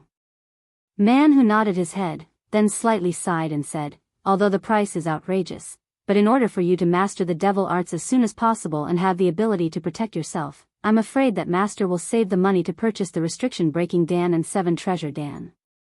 Even if it is more expensive, he will still buy some. Yan Zhuixing was silent and thought, if my demonic technique can reach the great accomplishment stage early, this little money is nothing. But he wouldn't directly say this to Man Hu. But this is also good. At least Master doesn't have to violate the oath to go to the Wu clan in the Chinese cultivation world to find the blood orchids, Man Hu said with emotion. Yan Zhuixing heard this and suddenly narrowed his eyes. In his mind, he recalled the scenes of meeting Yu Qianqiu and Wu Lixue several times in the Wu clan. He said in a deep voice, I understand, so it is him. What? Man Hu asked with some doubts. Yan Zhuixing slowly explained, I know who the Wu clan's 7-star blood orchids came from. I should have thought of it earlier, otherwise it wouldn't be so coincidental. Back when Yu Qianqiu was in the Wu clan happened to be auctioning the 7-star blood orchids. Later, I found it strange. Why did the Wu clan auction such rare spiritual herbs one after another? I haven't even heard of it in other places. Today, this guy just happened to have a bunch of 7-star blood orchids for sale. Connecting the two matters together, it is very clear. In fact, he had only guessed half of it. When the Wu clan first auctioned the 7-star blood orchids, Yu Qianqiu was just a buyer. However, after he brought the blood orchid back to Utopia, it bred a lot, which was why it was auctioned later on. So that's how it is. Man Hu nodded and said, in that case, this guy must know where there is a large number of blood orchids. It would be good if we can get some information from him. After all, the more blood orchids you have, the better.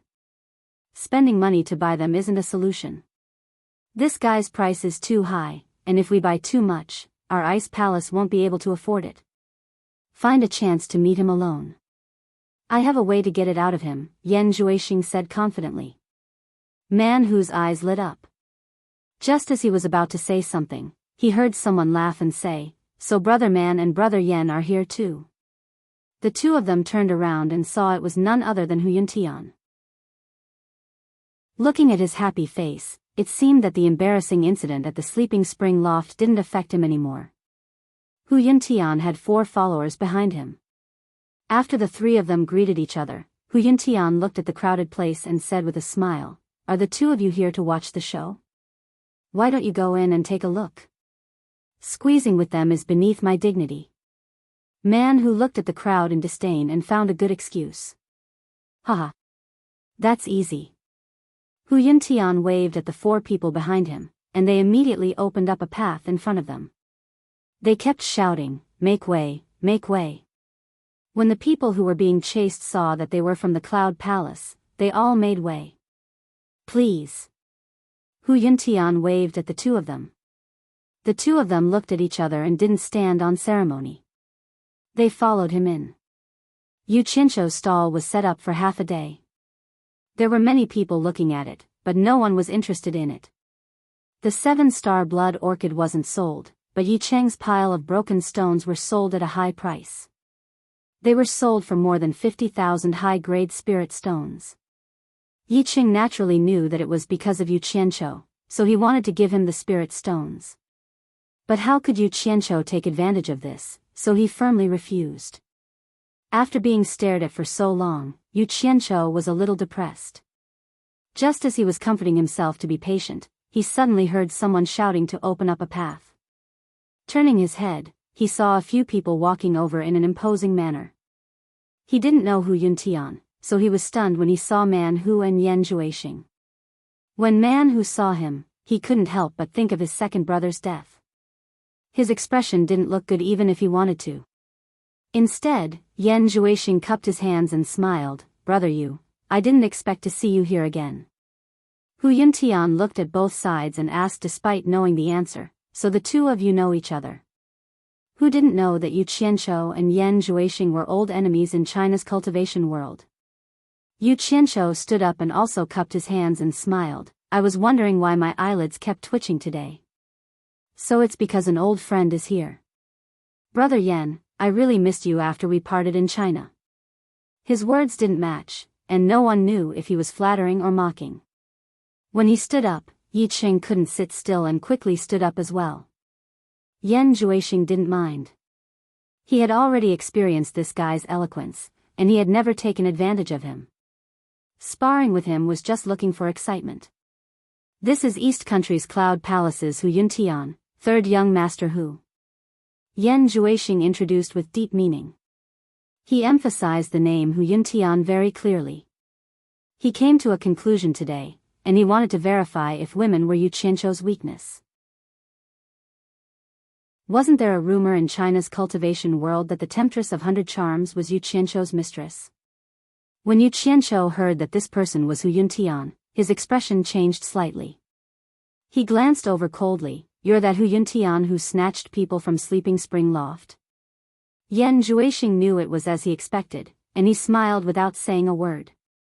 Hu Yuntian was stunned, and he felt that something was wrong. Judging from Yan Juexing's tone, he didn't seem to like him, and he didn't know when he had offended Yan Juexing. He paused for a moment and smiled. "It was a moment of recklessness, and I've embarrassed myself in front of Brother Yu. On the other hand, Brother Yu's reputation as the #1 expert below spirit severing stage is something that I've long heard of." As he spoke, he glanced at Yan Juexing, and he realized that he had been tricked. Yu Qianzhou also glanced at Yan Juexing, and then looked around. He resisted the urge to make a move on the spot. He sat down on a chair casually, and said with an expressionless face, "I say, I'm currently doing business, and we'll talk again when I'm free. If you're not buying anything, please get out of the way. Don't hinder my business." Hu Yuntian's expression changed. He was used to being unreasonable, and this Yu Qianzhou made him lose face again and again in public. He almost couldn't hold it in anymore, but he knew that when Lan Feng was currently in the cornucopia, and he had to endure it no matter what. After all, his father wasn't as powerful as when Lan Feng. Who knew that his guards would overdo their duty, and they didn't understand their boss's spirit. One of the guards, who was probably the leader, shouted, "How dare you!" Hu Yuntian wanted to stop his men from being rude, but he was too slow. Yu Qianqiu raised his eyebrows, and he didn't say anything else. He flicked his sleeve, and a group of green rays shot out. The guard was shocked. He didn't expect the other party to attack without saying a word. He was a disciple of the Yun Palace. Being caught in the crowd, it was difficult to dodge, and at such a close distance, the only place to dodge was the sky, so he immediately dodged up. Who knew that the other party had already expected it? He had just jumped up half a person's height when a figure fell from the sky, holding a big black saber and slashed at his head. In a flash, a flying sword shot out to meet the enemy. Dang, the flying sword broke into two. The distance was too close, and he couldn't dodge in front, back, left, or right.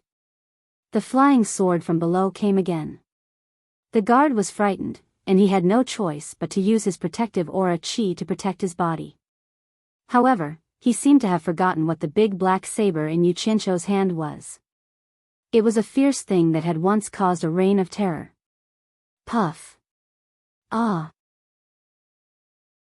A scream sounded, and everyone watched in horror as the big black saber cut through the protective aura chi like a watermelon, and cut the guard in half. The process was complicated, but it happened in the blink of an eye. No one thought that Yu Qianqiu would dare to make a move in the cornucopia without any warning. Hu Yuntian, Yan Zhuixing, and Man who were also stunned, they didn't expect this guy to be so crazy. It wasn't until Yu Qianqiu killed the guard that the surrounding people reacted, and with a hua sound, they were afraid of being involved, so they all dodged. In such a crowded situation, the scene could be imagined. It was called a person colliding with another. Chapter 636. The figures scattered, but the few of them did not move. In the blink of an eye, the group of people had completely dispersed, retreating at least tens of meters away. Man Hu, Yan Zhuixing, Hu Yuntian, the remaining three guards, Mo Xiaojun and Yi Cheng. The 8 of them looked at the two halves of the corpse. The intestines were scattered all over the ground, and the blood-red liquid was still flowing. The few of them still could not believe that this was true. An early-stage crossing tribulation cultivator was killed by Yu Qianqiu just like that. Among the 8 of them, Yu Qianqiu coldly snorted. He dragged a black saber that was even bigger than a person and indifferently turned around to clean up the 10 pots of blood orchids on the stall. It seemed that his business could no longer continue. Hu Yuntian suddenly roared, "Yu Qianqiu, how dare you kill my Cloud Palace disciple?" He was originally ordered to come and pull Yu Qianqiu into the Cloud Palace. He did not expect such a thing to happen. Before he even started to pull people in, they had already become enemies. Yu Qianqiu turned around and put his saber on his shoulder. Behind him, tens of cyan flying swords rotated around. He expressionlessly stared at the corpse on the ground and said, "I have killed many people. This is not the first time I have killed a Cloud Palace disciple. Furthermore, you overestimated yourself and dared to come out and shout at me.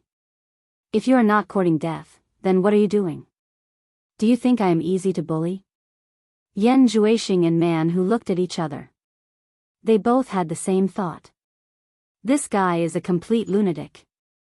If you do not give a satisfactory explanation today, don't even think of leaving here alive. Hu Yuntian angrily said. The 3 guards beside him all flew out with their flying swords. They floated in front of them, waiting for an opportunity.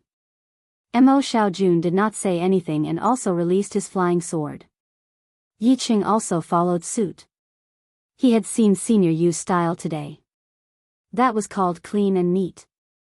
He even killed a Cloud Palace disciple without hesitation. He did not expect that he would be able to fight alongside Senior Yu today. This has nothing to do with the 2 of you. Scram. Yu Qianqiu turned around and shouted at the 2. The 2 did not dare to disobey and slowly retreated. A satisfactory explanation? What a joke. It was clearly your subordinate who threatened me first, and now you want me to give you a satisfactory explanation? What if you're satisfied but I'm not? Yu Qianqiu sneered, how about this? Let's cut the crap. No one will be satisfied just by talking. Why don't you and I fight one-on-one? We'll fight to the death. Whoever dies will be unlucky. What do you think? Wow. The crowd was boiling. The atmosphere was pushed to the climax by Yu Qianqiu's words. It was 2F** King direct. Everyone was rubbing their fists. There was going to be a good show to watch. Hu Yuntian was choked by this sentence. His senior brother Chu Dingfang had died at the hands of Yu Qianqiu in Dayang Kingdom.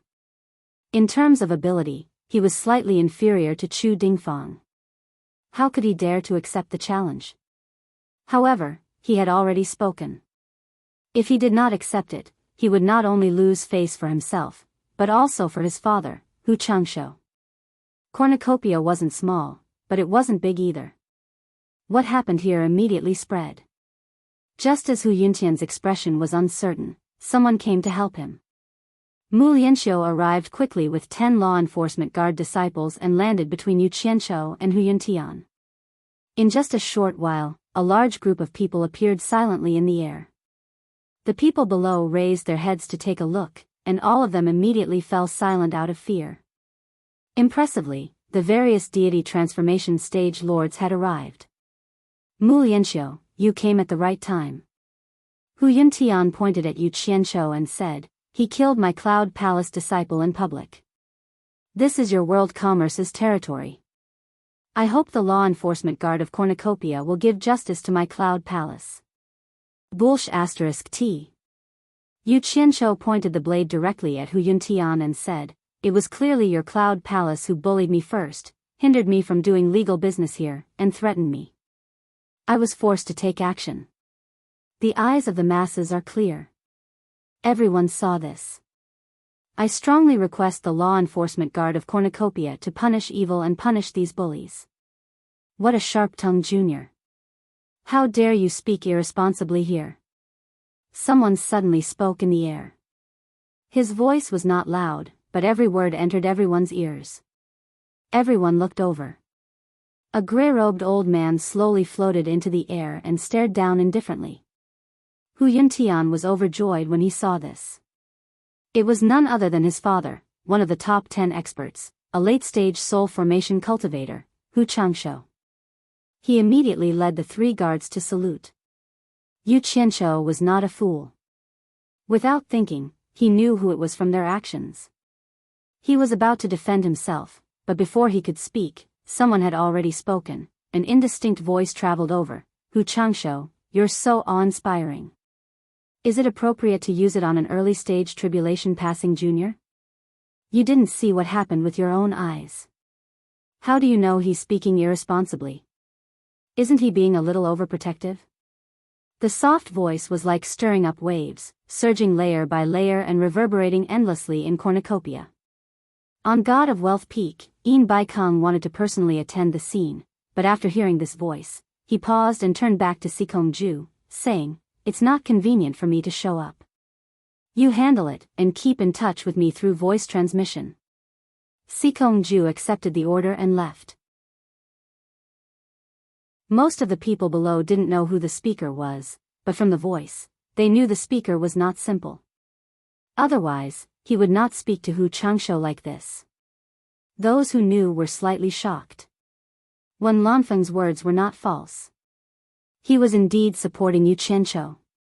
Suddenly, 3 people appeared in the air and stood face to face with Hu Changshou. They were Wen Lanfeng, Lu Yanqing, and Nongzhu. Wen Lanfeng stood in the middle. Hu Changshou's expression changed. He cupped his hands and squeezed out a smile, saying, Brother Wen, Sister Lu Yanqing is also here, Nongzhu. He glanced at Bing Qingzi in the air not far away. Yin Baikong did not even come. Among the 3, only Lu Yanqing nodded slightly. The other 2 looked down and saw that Yu Qianqiu was carrying a huge black saber. It was as if he was going to attack a city and fight a war. He was truly overbearing. Lu Yanqing glanced at the corpse at his feet and frowned slightly. When Yu Qianqiu saw that he had 3 backers, he immediately winked at Hu Yuntian, wondering if he should seize the opportunity to kill this guy. Hu Yuntian's face was slightly pale, knowing that he would not be able to get away with it today. Mu Lianxiu and the others who were sandwiched between the two looked at each other, knowing that this matter was no longer up to them to handle. At this moment, Bing Qingzi flashed to Hu Changshou's side. He knew that it would be inappropriate if he did not come out. Yin Baikong did not come. If he hid at the side and watched Hu Changshou alone, this alliance would become a big joke and he would also lose face. It's normal for there to be some friction between the younger generation. There's no need to muster a large force. Bing Qingzi first said some words to smooth things over, then turned his head and shouted, "Sikongju, how long are you going to wait? This is your World Chamber of Commerce's territory. Don't tell me you want to watch the show instead of coming out to mediate." A figure flashed over. Sikongju awkwardly bowed to them and said, "Greetings, seniors. May I know what happened?" "Don't talk nonsense." Bing Qingzi pointed down and said, "Cornucopia's law enforcement guards are down there. You can ask them yourself. If this matter is not handled fairly and something happens, you will be responsible for the consequences." Yin Baikong did not want to offend anyone and hid. How could Bing Qingzi let him have his way? He immediately pushed the conflict over. Hu Changshou nodded knowingly. Sikongju smiled bitterly. There was no justice to speak of in this matter. He would offend whoever he made suffer. However, he had no choice. After all, the World Chamber of Commerce was the owner of this place. Hence, he braced himself and cupped his hands at them. "Seniors, please wait a moment. I will go down and take a look first." He went down in a flash and glanced at Yu Qianqiu, who was carrying a big saber. He thought to himself, "Why did you come out to set up a stall? Aren't you looking for trouble?" He then asked Mu Lianxiu in a deep voice, "What exactly is going on?" Mu Lianxiu bowed and said, "I have just arrived and have not figured out the cause of the matter." Even if he knew, he could not say it clearly. Otherwise, not only would he be embarrassed, his master would also be embarrassed. He would definitely punish him when he returned. The best outcome for this matter was to let it go unsettled. Sikongju nodded and looked at the people causing trouble on both sides. He said sternly, "How dare you cause trouble in Cornucopia? Explain the matter clearly. Otherwise, no matter who is behind you, you will be severely punished." It sounded like he was not bending the law for personal gain. When the surrounding ordinary cultivators heard this, they were in awe. The World Chamber of Commerce was indeed the World Chamber of Commerce. They were not afraid of power. However, to those soul formation experts in the air, they were well aware that it would be strange if this matter could be explained clearly. Sikongju was clearly trying to smooth things over. By saying such words, he was protecting the World Chamber of Commerce's face and also letting the matter go unsettled. Swish! The big saber in Yu Qianqiu's hand was stabbed into the ground. The green flying sword on his back flashed into his sleeve. He raised his finger and said to Hu Yuntian and the rest, 1, 2, 3, 4, 5, 6. Even Man Hu and Yan Zhuixing were counted. He then cupped his hands at Sikongju and said, "Senior Sikong, there is no need to explain this matter. There are 6 of them and only 1 of me. Anyone with a discerning eye can tell who is bullying who. They are clearly taking advantage of their power to bully others. Senior Sikong, you have to uphold justice for me. I was only setting up a small stall here, but their group came to cause trouble. This guy lying on the ground even threatened me, so I had no choice but to kill him. What does it have to do with us?" Man Hu and Yan Zhuixing's expression changed. This guy was pestering endlessly and actually dragged the 2 of them into this. However, Bing Qingzi and Hu Changshou were both present. Both parties were allies. If they publicly said that they weren't on the same side, what would others think?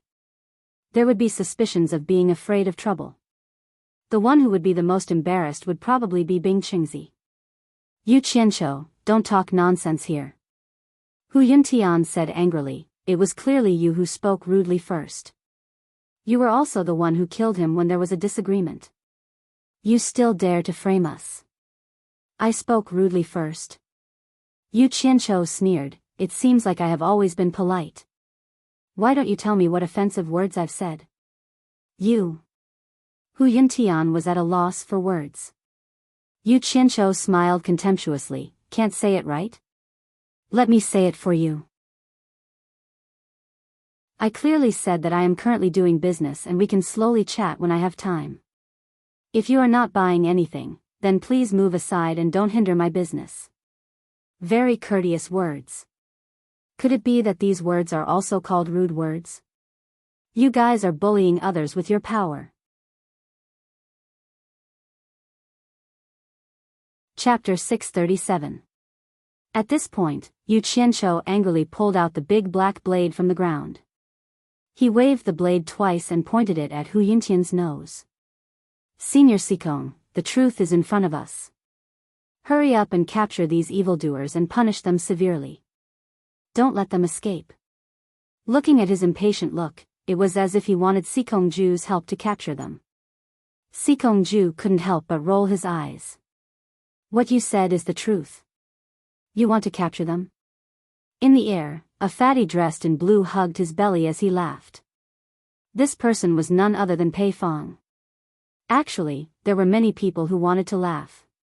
Nongzhu was one of them. However, she forced herself not to laugh out loud. The corner of Wen Lanfeng's mouth curled into a smile. Hu Yuntian was so angry that he almost became muddle-headed. He immediately roared, "Who said we were going to run? If you're not going to run, then plead guilty obediently and save us the trouble." Yu Qianqiu waved his blade at Sikong Ju and the rest. In the blink of an eye, it became us. It seemed like they were going to carry out the law together. Sikong Ju could tell that Hu Yuntian cultivated under Hu Changshou's protection. Usually, everyone would give in to him. No one dared to talk back to him. He could be unreasonable, but he wasn't good at talking. In the end, he met Yu Qianqiu today. It seemed like he was going to be muddle-headed from anger. If he allowed Yu Qianqiu to continue, Hu Yuntian would definitely plead guilty and submit to the law. This was not the result that Yu Qianqiu wanted. Sikong Ju coughed and said, "Hu Yuntian, are Yu Qianqiu's words true or false?" He was reminding Hu Yuntian to explain himself. It was useless to keep talking to Yu Qianqiu. The matter wasn't even clear. If he talked about pleading guilty, wouldn't he be looking for trouble? Hu Yuntian. Yu Qianqiu pointed with his blade again and quickly snatched the topic. He shouted, "If you have the ability, swear to the heavens that what I just said was false." Hu Yuntian was at a loss for words. He really didn't dare to swear an oath, because what Yu Qianqiu said before was indeed true. However, the tone he used when it happened was completely different from the tone he used when he explained it in front of everyone. Yan Juexing and Man Hu glanced at each other. This Hu Yuntian might seem smart, but if it wasn't for his father, he wouldn't be able to achieve anything. Idiot. Hu Changshou's face darkened, and he immediately scolded, "Why do you care what he said? Just talk about yourself. What does it matter if you say black is white? I'm here. What are you afraid of?" He just couldn't figure it out. How could a person who usually looked quite shrewd become like this after being angered so casually? After being scolded by his old man, Hu Yuntian suddenly came to his senses. The fury in his eyes gradually calmed down, and he regained his shrewd appearance. He said to Sikong Ju in a clear voice, "Senior Sikong, Yu Qianqiu is talking nonsense. Not a single word is true. It is a fact that he killed people in cornucopia, everyone saw it. Please punish him severely, senior." These two completely different reactions were because everyone could tell that he was being guided. But this was exactly what Sikong Ju hoped for. Sikong Ju tilted his head and asked, "Yu Qianqiu, Hu Yuntian said that everything you said was a lie. What else do you have to say?" Yu Qianqiu raised his head and looked at Hu Changshou in the sky, then looked at Hu Yuntian, and revealed a mocking expression of exasperation at Hu Changshou's failure to meet his expectations. He shook his head and sneered, "This person is already shameless to the point of lying with his eyes wide open." What else do I have to say? If I continue talking, it will just be a result of not acknowledging each other. It's simply a waste of saliva. Senior Sikong, why don't you be more direct? Sikong Ju let out an "oh," and his eyes flickered as he asked, how to be more direct? Yu Qianqiu stared at Hu Yuntian and sneered, causing Hu Yuntian's hair to stand on end. Suddenly, he saw the blade in his hand pointing at him and said, Hu Yuntian, I'll still say the same thing. There's no meaning in arguing with your glib tongue. Why don't you and I fight one-on-one, and we won't rest until one of us is dead? Whoever dies will be unlucky. How about it? The surrounding crowd went into an uproar again. This madman's killing desire was very strong. He was indeed worthy of the title of butcher. It seemed like he really wanted to slaughter Hu Yuntian. If he didn't have the confidence to slaughter Hu Yuntian, he definitely wouldn't keep mentioning about fighting one-on-one. Although no one said it, they actually hoped that Hu Yuntian would accept the challenge. They just treated it as watching the show. In the crowd, there was a pair of bright eyes. Yan Yu looked at Yu Qianqiu with a complicated expression. With the commotion caused, it was impossible for her not to have heard the news. Originally, she didn't want to come, but for some reason, she still came. Furong, Ze, and the rest were currently anxiously pacing around the Wen clan's shop. They really wanted to come over and take a look, but before Nong Zhu came out, he ordered them not to come out. Hu Yuntian was challenged by him again, and his expression was dark and gloomy, showing signs of going berserk. If he still didn't accept the challenge, how would he still have the face to mingle in the cultivation world? Right at this moment, Hu Changshou transmitted his voice. Is your face more important or your life more important? Don't let your imagination run wild and push the problem to Sikong Ju. Hu Yuntian took a deep breath and cupped his hands towards Sikong Ju. Senior Sikong, Cornucopia is the territory of the World Commerce Guild. What do you think? Sikong Ju decisively rejected. Cornucopia doesn't allow private fights. I think this matter will be investigated one day. Why don't we put it aside for now and deal with it after the matter is investigated? Hee hee. What if the matter is never investigated clearly? Laughter came from the sky. Pei Fong's fat face shook as he said, in my opinion, Yu Qianqiu's idea is not bad. Instead of dragging it on, it's better to fight to the death. Once and for all, there won't be any trouble in the future. Hu Changshou and Bing Qingzi swept a cold glance over. Pei Fong was obviously up to no good. The latter met their gaze and smiled indifferently. Anyway, no matter who died, he wouldn't lose anything. It seemed that Hu Yuntian was more likely to die. If he could take the opportunity to attack Hu Changshou, why wouldn't he do it? If Yu Qianqiu died, it would be even better if Wen Lanfeng did something else. Yu Qianqiu naturally knew that this damn fatty was up to no good by fanning the flames, but he really wanted to kill Hu Yuntian while Wen Lanfeng was here. After making up his mind, he sneered, Hu Yuntian, since private fights aren't allowed in Cornucopia, we might as well settle this outside. If you're afraid of me, you might as well bring your 3 guards with you. If you're still afraid. Dao Feng pointed at Yan Zhuixing and Man Hu and said, it doesn't matter if the 6 of you come at me together. I'll definitely keep you company until death. How about it, do you dare? When he was still at the nascent soul stage, he dared to fight with those at the end of the crossing calamity stage. Now that he was at the crossing calamity stage, there was nothing to be afraid of. In addition, after experiencing the beauty of the animal play, he believed that killing Hu Yuntian wouldn't be a problem. The reason why he also involved Yan Zhuixing was because he wanted to test his opponent's depth. If possible, he might as well take advantage of Wen Lanfeng's presence to get rid of this trouble in the future. This was simply a naked provocation. 1 against 6, almost forcing Hu Yuntian into a dead end. In the air, Hu Changshou's eyes narrowed. Yu Qianqiu had gone too far, and he couldn't help but get angry. Bing Qingzi also seemed to be a little tempted. Hu Yuntian and Man Hu, who were at the end of the crossing calamity stage, were not necessarily no match for Yu Qianqiu. Maybe he could take the opportunity to take revenge for his second disciple. Good. Pei Fong cheered, No wonder you're the #1 expert below the soul-forming stage. You're really brave.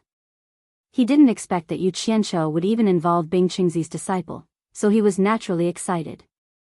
Lu Yanqing frowned at Yu Qianqiu's belligerent behavior. When Lanfeng seemed to be a little worried and asked Nongzhu, Yu Qianqiu is only at the early stage of the crossing calamity stage. Won't he underestimate his opponent? Nongzhu replied with a relaxed face, I don't know what he wants to do. But don't worry, he won't do anything that will cause him to lose. Man Hu took a step forward lightly. He also wanted to take the opportunity to take revenge for his junior brother. Unexpectedly, Yan Zhuixing grabbed him and walked to Hu Yuntian's side, saying with a smile, Brother Hu, Senior Pei has already said that Brother Yu is the #1 expert below the soul-forming stage. How can we defeat him so easily? It's not wrong for us to admit defeat to someone who can be praised by Senior Pei. Originally, he wanted to let Yu Qianqiu and Hu Yuntian do it. It had nothing to do with him, so he kept his mouth shut and did not answer. Unexpectedly, Yu Qianqiu also involved him and Man Hu. If Hu Yuntian accepted the challenge, it would be inexcusable for them not to fight. Therefore, they came forward to help Hu Yuntian, the fool who was outwardly smart but inwardly stupid. In fact, it was not that Yan Zhuixing did not want to fight. In fact, he wanted to try the effect of his demonic power against Yu Qianqiu. The demonic power had been stimulated by Yu Qianqiu's words, and it was running automatically in his body. However, there were too many people watching. The power of the demonic power was extraordinary. Once he fought, he would definitely be exposed. Now that he did not have the ability to protect himself, he had to bear with it. After he got the 7-star blood orchid to improve his cultivation, everything would be easy. Although Hu Yuntian was angry at Yu Qianqiu's arrogance, he was still a little afraid of him. It should be known that the butcher in the cultivation world was famous for killing. Many experts at the final stage of the passing calamity stage had died in his hands. Now that Yan Zhuixing gave him a way out, he smiled calmly and said, Brother Yan is right. Since Senior Pei praised him so much, it's not wrong for us to admit defeat. He waved his hand heroically and said, I admit defeat and stop fighting. Yu Qianqiu was startled. He did not expect that they would admit defeat even after he had said so much. Pei Fong was stunned. He wanted to slap himself. If he had known earlier, he would not have interrupted. Hu Changshou glanced at Yu Qianqiu with a malicious gaze. Then he smiled at Wen Lanfeng and said, Brother Wen, the heroes are here to watch the show. If this matter continues, we, as guests, will not give face to the host. I think it's better to follow the host's idea and temporarily put this matter aside. We will talk about it after the investigation. What do you think? Although others thought that Yu Qianqiu had to listen to Wen Lanfeng did not think that he could be Yu Qianqiu's master. Just as he was about to use words to evade, he heard Lu Yanqing, who was beside him, say, Isn't it better to solve it peacefully? Why must we fight and kill? Wen Lanfeng was startled. He looked down and said, Yu Qianqiu, since they have admitted defeat, you should also take a step back. Let's talk about this later. Yu Qianqiu was speechless. Without Wen Lanfeng's support, he did not have the ability to kill Hu Changshou's son in front of him. Moreover, there was Bing Qingzi eyeing him covetously. He glanced at Nongzhu, but Nongzhu also shook her head slightly. Damn it. Relying on others to support you is the most unstable thing. In the end, you still have to rely on yourself. Let's wait and see. With a calm face, Yu Qianqiu put away the big black saber. He turned around and walked to the original stall. He took out pots of 7-star blood orchids and shouted to the crowd, selling 7-star blood orchids in large quantities. 200 million per plant. Those who are willing to buy, come quickly.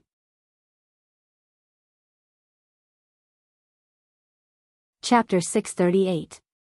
Everyone could hear the resentment in his voice. The onlookers looked at each other. It seemed that this guy was unhappy that he didn't kill Hu Changshou's son. Hu Changshou's eyes flashed with killing intent. He turned around and disappeared in the air.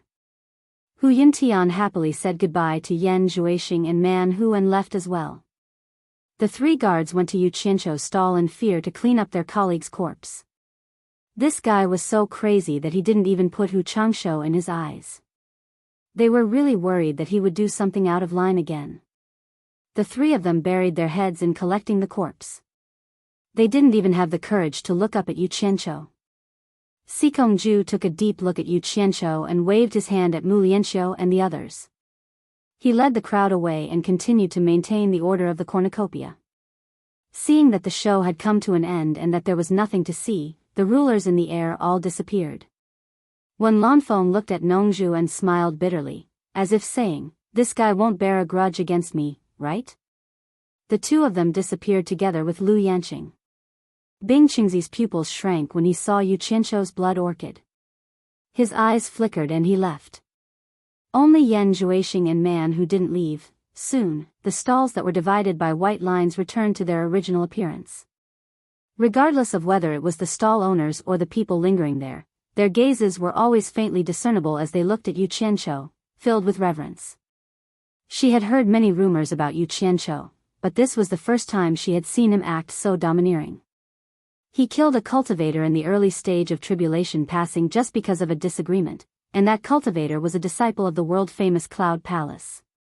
Then, he brazenly challenged 6 disciples of the Cloud Palace and Ice Palace in front of everyone, including 2 experts in the late stage of tribulation passing. In the end, the disciples of the Cloud Palace and Ice Palace admitted defeat and retreated. In addition, Pei Fong, an expert in the late stage of spirit severing. Now, in everyone's mind, Yu Qianzhou was the number 1 expert below the spirit severing stage. Mo Xiaojun stood quietly behind Yu Qianzhou, his attitude becoming more and more respectful. Niu Yid had appointed them as the leader, and he did not disgrace them. Yi Cheng, who was standing at the side, looked at Yu Qianzhou with even more admiration. Perhaps it was because of the sense of identity, he didn't feel that Yu Qianzhou's actions were too arrogant. Instead, he thought that Yu Qianzhou had won glory for the Chinese cultivation world. In fact, there were many disciples from various sects who had snuck in from the Chinese cultivation world. Unfortunately, they didn't have the chance to get close to Yu Qianzhou like Yi Cheng did. But it didn't affect their crazy worship of Yu Qianzhou at all. Usually, they didn't dare to raise their heads here. Suddenly seeing such a figure in the cultivation world of Huaxia, they were simply overwhelmed with emotions, unable to calm down, and extremely excited. Was Yu Qianzhou arrogant? Not at all. They couldn't wait for Yu Qianzhou to be 10,000 times more arrogant. It would be best if he could trample all the countries under his feet. After silently admiring him for a while, they left quietly. They wanted to report what had happened here to the Chinese cultivation world as soon as possible. Not long after, Furong, Ze, Enchantress, and Amano came running.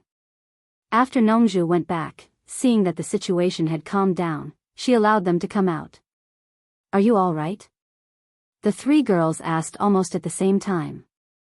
"What can happen to me?" When Yu Qianzhou saw Furong, the haze on his face turned into a smile, and he asked, "What are you doing here? Do you want to help me set up a stall?" "Wow!" Ze stared at Xuelan in the stall and exclaimed, "Selling things is such a fun thing. Why didn't you invite me?" Then she crossed the stall excitedly and pushed Yu Qianzhou away. She stood on the seller's seat and looked around, as if she really hoped that someone would come to buy things from her. She usually spent money to buy things, but this was the first time she tasted selling things. Furong didn't want to be outdone. She stood beside Ze happily, and the 2 of them shared the feeling of being a stall owner. Yu Qianzhou was speechless. These 2 women didn't know how hard it was to earn money, and they thought it was a fun thing. If there was a chance in the future, he would let them play every day. Let's see if they would still be in such a good mood. I also want to have a taste of living off a woman. Enchantress stood beside Yu Qianzhou with a smile, while Amano, Ze, and Mo Xiaojun stood side by side, looking around vigilantly. Yi Cheng glanced at Furong from time to time, trying to hide the shock in his heart. Although Hibiscus rarely showed her face on the supporting immortal island, she had coincidentally seen her once in the myriad fragrance garden. After careful observation, he confirmed that she was the daughter of Wanfan Garden's principal elder, Furong. What he couldn't understand was why Furong and Yu Qianqiu were here together. Senior Yu, this junior still has some matters to attend to, so I'll take my leave now. Yi Qing suddenly bowed respectfully to Yu Qianqiu. Yu Qianqiu smiled and nodded at him. Furong took a glance and realized that this person looked familiar, but she couldn't recognize him, so she didn't think too much about it. After Yi Qing got permission, he quickly walked out of the treasure basin. He wanted to think of a way to send this shocking news back to Fuxian Island. Yan Juixing squinted his eyes as he sized up Ze, Furong, and Enchantress. His lips curled into a meaningful smile. Yan Juixing nodded at Man Hu, and the two of them walked towards Yu Qianqiu's stall. Because of the commotion earlier, the bustling crowd didn't dare to come over, causing the stall to be abnormally quiet. There wasn't even a single person passing by, and everyone took a detour. Just as Ze was feeling depressed, she suddenly saw two people walking over. She immediately said excitedly, "Are you buying? How much do you want to buy?" Before she could finish, she realized it was someone she knew from the saber drawing assembly. "Miss Ze, long time no see." Yan Juixing cupped his hands. Yu Qianqiu sneered, "Brother Yan, could it be that you want to wreck my stall again?" When Ze heard that they wanted to wreck her stall, she immediately took out her dark purple bamboo rod and was about to make a move. "Brother Yu, it's meaningless to say that." Yan Juixing glanced at the blood orchids on the stall and said with a smile, "I saw that Brother Yu's stall was deserted, so I wanted to invite Brother Yu to visit our Ice Palace's shop when you have time.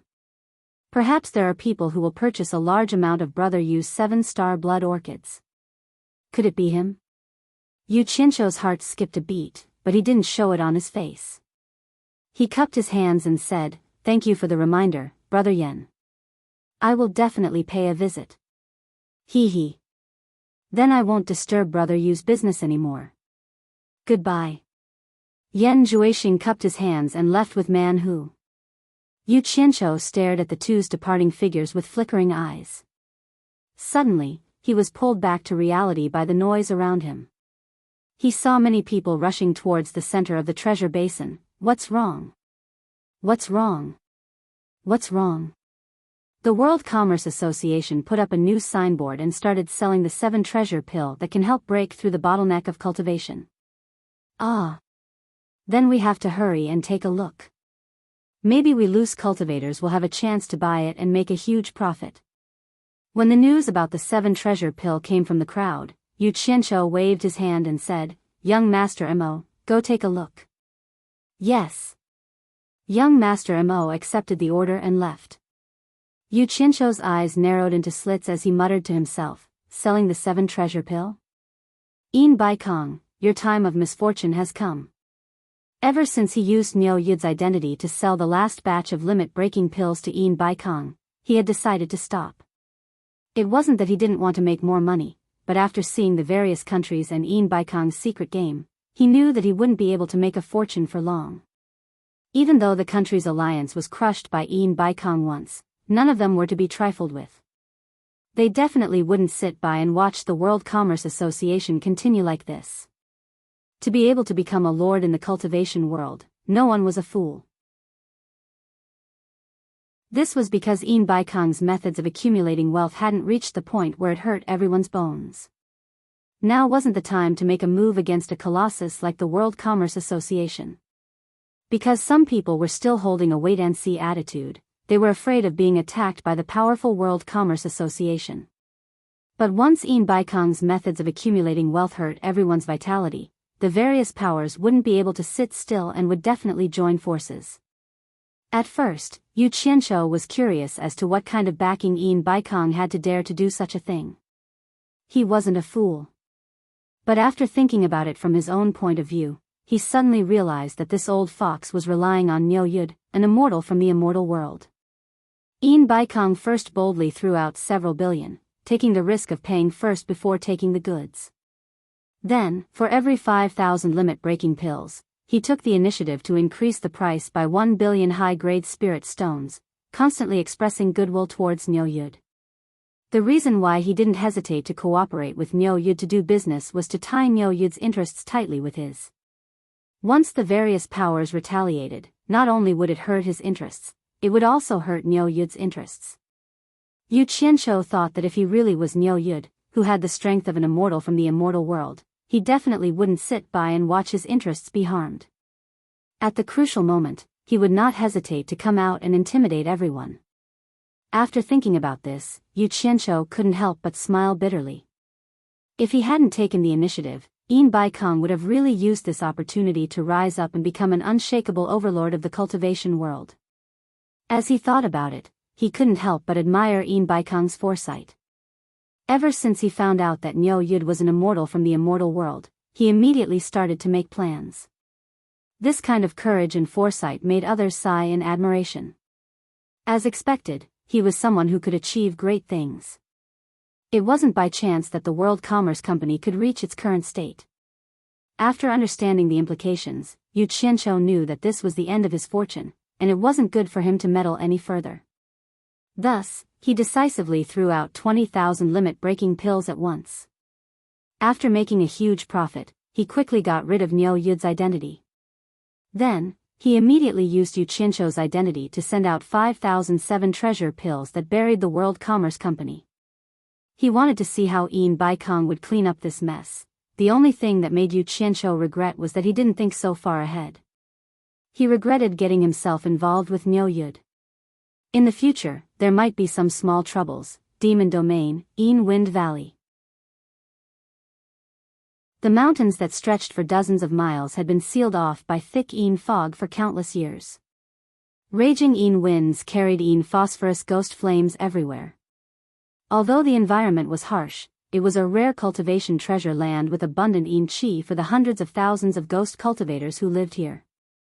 Just as the ghost cultivators were cultivating as usual, a gust of Yin qi that was as thick as ink suddenly erupted violently from the entrance of the 9th netherworld cave. The strong airflow whistled out crazily, and even the nearby rocks that weighed hundreds of kilograms were blown away. In an instant, the dark clouds that covered the sky above the Yin Wind Valley became restless, causing the hundreds of thousands of ghost cultivators to look over. An indescribable feeling of terror spread in the hearts of the ghost cultivators. Just when the 9 nether cave had just undergone an unusual change, inside the Ghost King Palace, Yu Ji led the group of ghost generals and arrived one after another. Braving the strong wind, they landed a few hundred meters away from the nether cave. All of them were bewildered. Yin qi that was as thick as ink continuously whistled out of the cave along with the strong wind.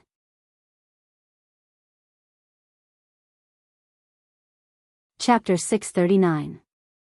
Such a thick Yin energy, for ghost cultivators, was something that they could not wish for. However, such an abnormal change caused the hearts of all the ghost cultivators to be filled with terror.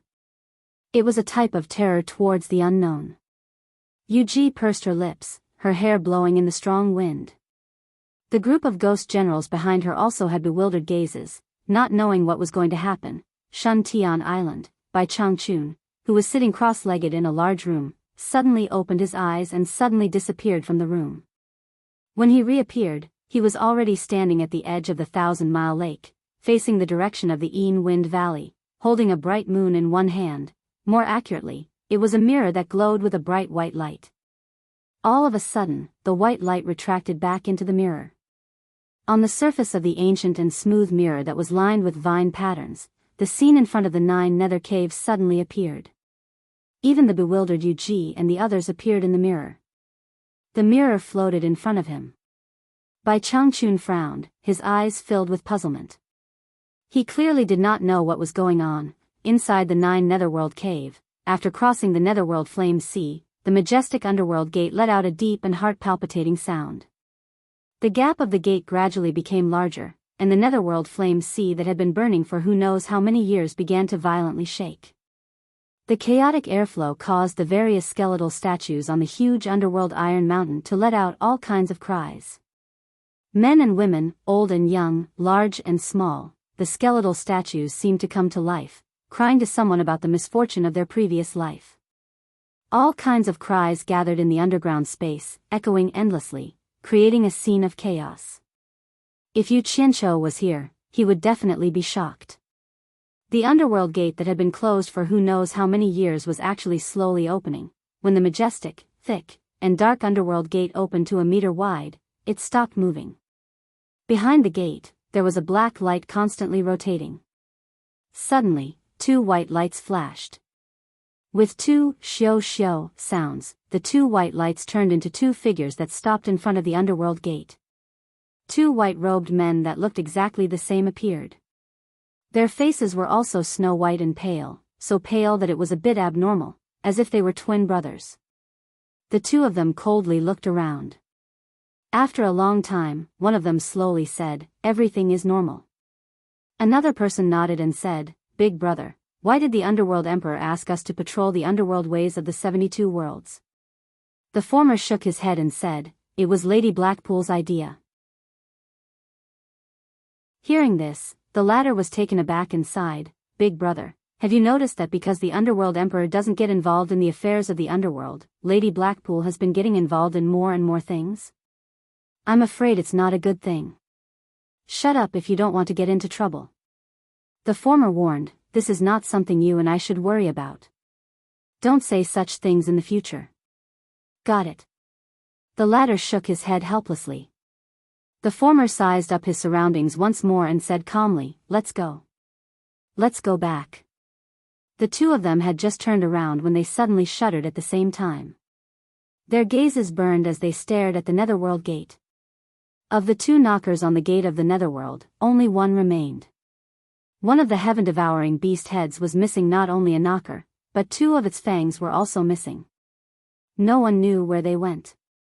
After the 2 of them stared at it for a while, the latter said in bewilderment, "Look at the saw marks on it.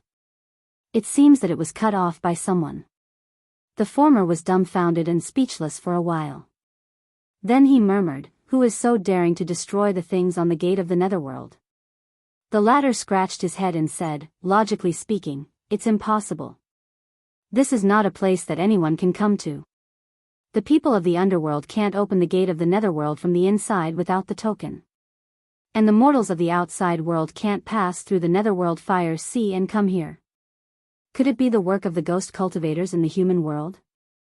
The former shook his head and said, "It shouldn't be the ghost cultivators. Once the ghost cultivators come here, their vitality will be burned away by the netherworld fire sea and they can't return to the human world. Otherwise, their souls will be destroyed and they will never be able to reincarnate. The only way for the ghost cultivators to come here is to open the gate of the netherworld and return to the underworld. Once they turn back, they will die. It's not this and it's not that. What is going on? It can't fall down by itself, can it? Even if it fell down, we should still be able to see something on the ground. There are clear saw marks on it. Could it be?" The latter suddenly stopped talking. The former turned his head and asked, "Could it be what?" The latter looked around and said softly, "Big brother, don't you think this is a little strange?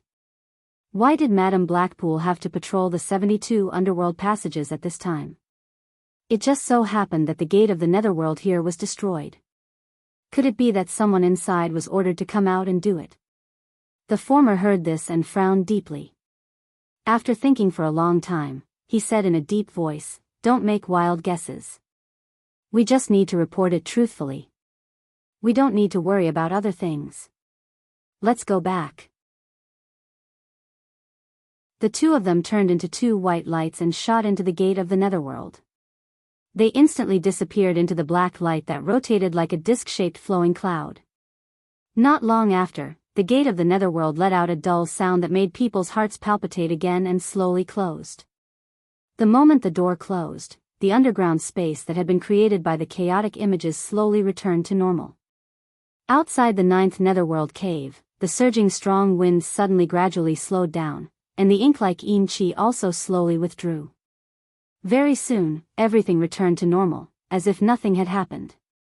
Standing on the opposite cliff wall, Yu-Ji and the group of ghost generals were looking at each other.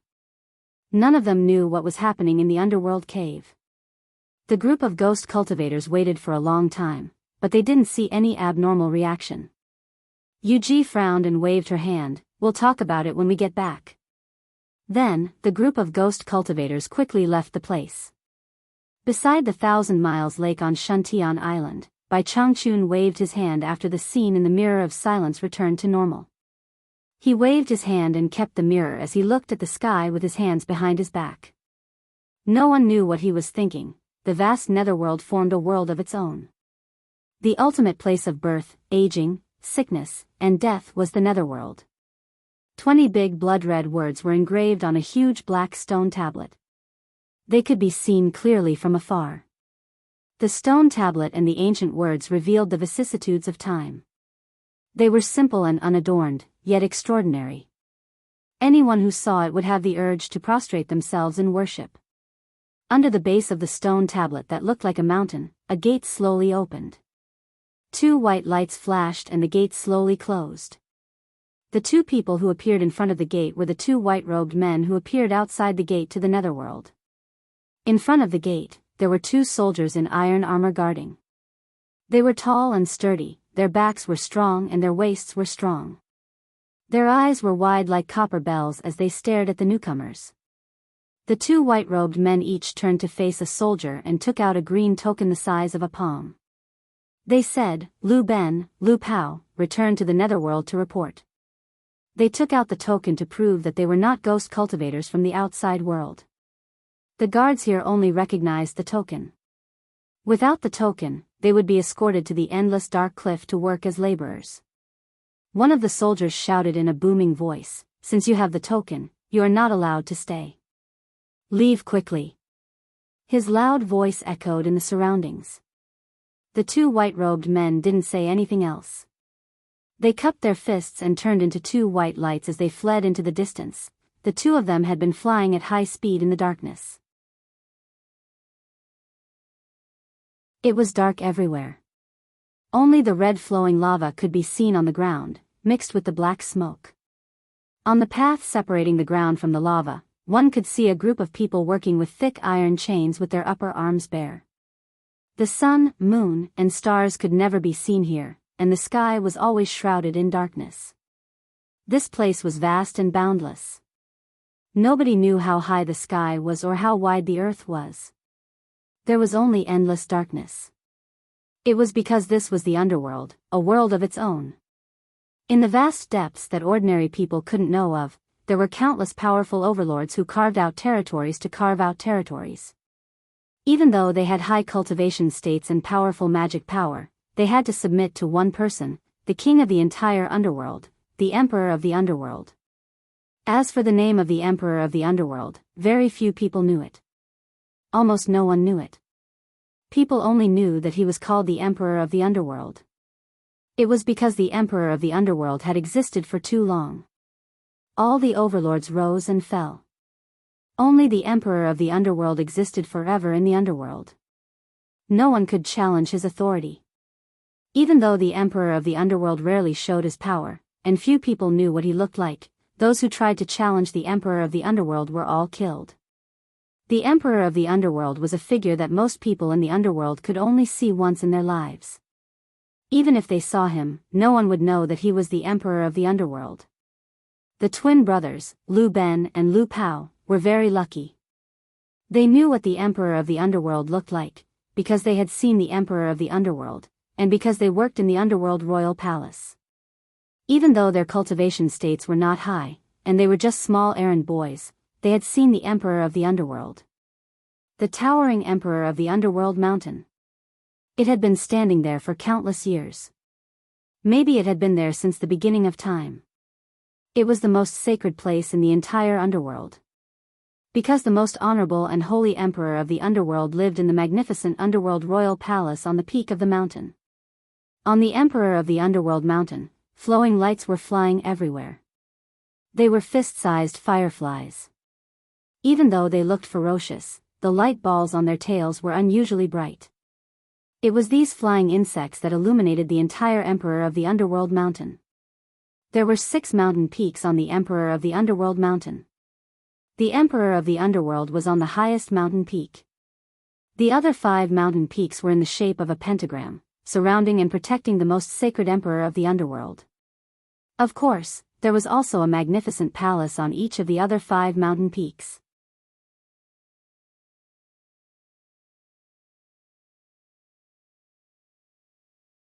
The masters of those palaces were all figures whose status was second only to the emperor of the underworld. However, there were differences in status among the 5 masters. The master who lived on the first mountain to the left of the emperor of the underworld was the one with the most power and the highest status among the 5 masters, besides the emperor of the underworld. For many years, the emperor of the underworld rarely showed up and interfered with anything. Most of the affairs were handled by this master. Lu Ben and Lu Pao landed on this mountain peak. To be exact, they landed outside the gate of the palace on the mountain peak. Even though they worked in the emperor of the underworld, they didn't dare to trespass this palace, the dark palace of Madame Hei Qi.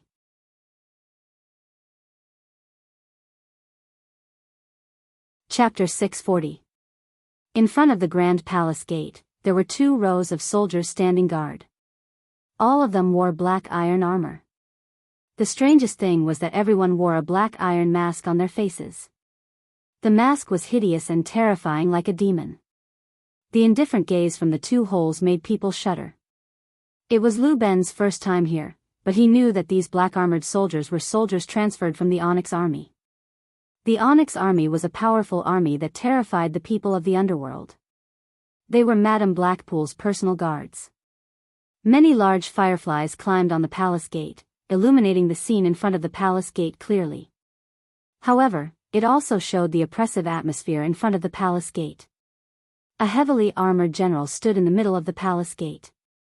His gaze behind the mask seemed to be real as he sized up the 2. The eldest of the twins, Lu Ben, was obviously not here for the first time. He nodded at his younger brother, Lu Ben. The latter took out a green token and gave it to him. Lu Ben held the 2 tokens and said respectfully, Lu Ben, report to Madam. You come in. You stay here and wait. The general in the middle of the palace gate pointed at the 2 and moved aside to make way. Lu Ben signaled his brother to wait patiently and then walked in with large strides. The inside of the palace was spacious and grand, but it seemed deserted. There didn't seem to be a single person in sight. In the middle, there was a passageway that led straight to the towering Onyx Palace. Every 10 meters, there was a diamond-shaped stone pillar. The stone pillar was covered with huge fireflies, decorating the entire stone pillar into a lamp post. The path to the majestic Onyx Palace was more than 300 meters long. Although there wasn't a single person in the square, Lu Ben didn't dare to be careless. He looked straight ahead and maintained a steady pace as he walked forward. He knew that this seemingly free space was actually tight on the inside and heavily guarded. It was several times stricter than the Onyx Palace's defenses. Who knew how many people were secretly watching him? The majestic Onyx Palace was brightly lit. Lu Ben bowed and stopped under the base platform that was dozens of meters high. On top of the steps, a female official wearing a male civil official uniform looked down at him. Although she was dressed in a man's uniform, she had a pretty face and was a beauty. She said coldly, Madam is bathing. Wait. Then she turned and left. Yes. Lu Ben lowered his head and stood there, not daring to move. In the back hall of the Onyx Nether Palace, there was a place covered by a black veil that was steaming hot. Behind the gauze curtain was a huge bathing pool made of black jade. The warm water in the pool carried a faint smell of sulfur. It flowed into and out of a small ditch. It was a hot spring. A naked and delicate body was soaking in the water. It was a body that was extremely alluring to men. Her plump breasts rose high, and her skin was as smooth as cream. Her figure was moderately plump, and a beautiful face appeared on the surface of the water. Her head was resting on the thigh of the man behind her, and 2 hands were gently massaging her temples. The body that men couldn't refuse was soaking in the hot spring. 5 handsome and strong men surrounded her, not even a single strand of cloth on them. Although those alluring bodies were irresistible to men, there was no trace of impulsive desire in the eyes of these 5 men. Their expressions were cautious. 2 hands were massaging her head, and the remaining 8 hands were carefully massaging various parts of her body. The plump and ravine private parts were not left behind. The 8 hands were moving and massaging every part of her body. Resting on the thigh of the man, the beautiful face looked extremely comfortable. Her eyes were hazy, and her lips were slightly open, letting out a soft moan. The gauze curtain was lifted, and the female official who was outside the hall walked in. Seeing that the woman in the pool was enjoying herself, she lowered her head and waited quietly. The woman in the pool closed her eyes and said, "Fei Feng, what's the matter?" Although her words were normal, her tone was full of arrogance. The female official who was called Fei Feng said respectfully, "Madam, Lu Ben, who was patrolling the 72 world passages, has returned to report. He is waiting outside the hall." "N." The woman in the pool softly nodded and slightly raised her hand. The 5 massaging men immediately stopped. The 5 men gently carried the naked body out of the hot spring and put her down on the shore. Immediately, someone brought a towel to dry the water droplets on her body. Another person brought a black palace gauze dress and helped her put it on. The black gauze curtain was lifted, and a beautiful woman wearing a black palace gauze dress walked out. Her face was so cold that no expression could be seen on it. She had an extremely noble temperament, which was completely different from her appearance in the hot spring. Dragging a 3-meter-long skirt, she walked to the main hall and gently sat on the seat of honor. Her phoenix eyes coldly looked outside the hall. This was the famous Madame Hei Qi in the netherworld. The female official, Fei Feng, quickly led Lu Ben in. Lu Ben walked to the hall and knelt down. He did not dare to raise his head and reported the results of the inspection in detail. After listening to him expressionlessly, Madame Hei Qi raised her hand, and Fei Feng quickly led Lu Ben out. From the beginning to the end, Madame Hei Qi didn't say a word to Lu Ben. In the cornucopia, Yu Qianqiu's stall had been open for a whole day. Except for Yan Juexing, no one asked about it. Zi waited excitedly for a long time, but as she waited, she became listless. She did not have the patience to do this business that had no customers anymore. In the end, she pulled Furong and ran back. After a whole day, Yu Qianqiu knew that there was no point in continuing to set up the stall. With such a high price, it was estimated that no one would buy it anymore. What made him suspicious was that it was Yan Juexing and his men who bought a large amount of 7-star blood orchids from the treasure tower. He packed up the stall and returned to the Wen family's shop. Nongzhu called him up from the window on the top floor. With a dark face, Yu Qianqiu turned a deaf ear and went back to his room. Sometimes, when you were unhappy, you needed to show it and let others know that you were unhappy. Otherwise, others would easily make you unhappy again in the future. The 3 people on the top floor looked at each other. Wen Lanfeng smiled bitterly and said, "It seems that he is still angry. He is giving us a hard time. This guy has a problem. I will go and have a look." Nongzhu swaggered down the stairs. Zi and Furong were in the room and continued to fiddle with the things they bought. When Yu Qianqiu came in and looked at the room that had almost become a warehouse, he said to Zi with a dark face, "Go back to your room." Zi naturally wanted to oppose him, but when she saw that Yu Qianqiu seemed to be really unhappy, he stuck out his bright red tongue at Furong, threw away the things in his hands and quickly left. Furong looked at Yu Qianqiu weakly and said, "Are you unhappy? Did I make you angry?" Yu Qianqiu turned around and bolted the door and window. With a dark face, he nodded and said, "Yes, you made me unhappy." Furong immediately became nervous. She put down the things in her hands and whispered, "What did I do wrong? I will definitely change." "Well, you haven't let me touch you for a long time. This is your biggest mistake." Yu Qianqiu walked behind her and suddenly laughed. He put his arms around her waist and slid one of his hands directly into her collar. Furong immediately let out a cry of surprise. The couple rolled on the bed and made love. Nongzhu came down and met Zi, who was running away. They talked casually for a while. Zi told her that Yu Qianqiu was angry.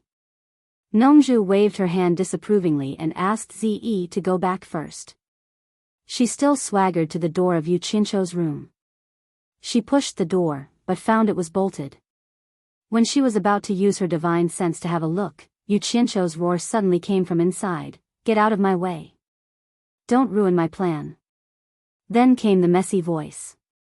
Nongzhu was stunned and muttered awkwardly, "What bad luck."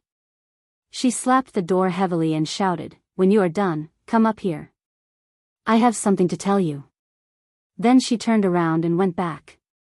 After returning upstairs, When Lanfeng and Lu Yanqing looked looked at at each each other other and were asked, curious about "How what is Yu it?" Qianqiu was busy with. Wait a little longer. They quickly released He their is divine busy. sense to check downstairs. Nongzhu could only say so. With their cultivation, this distance was really nothing. They were shocked when they saw it. Their divine sense shrank back as if they were escaping. When Lanfeng looked embarrassed and didn't say a word. Lu Yanqing bit her teeth behind the green veil and blushed. Fortunately, the green veil blocked it and others couldn't see it. No matter how high their cultivation was, it was not used to peep at others. Nongzhu looked at the slightly shocked reaction of the two and laughed like a thief. She said, "I can't help it. This guy is used to being shameless. He doesn't care about the occasion. It's not the first time I've met him. You just have to get used to it." They waited for a long time. When Yu Qianqiu came, he looked comfortable in the face of the three people who were a little unnatural. He asked as if nothing had happened, "What can I do for you three seniors?" Fortunately, Nongzhu was also thick-skinned. Seeing that he didn't care, she was even more unconcerned. She asked, "How many 7-star blood orchids do you have?" "What?" Yu Qianqiu asked with a vigilant face, "You want my things again?"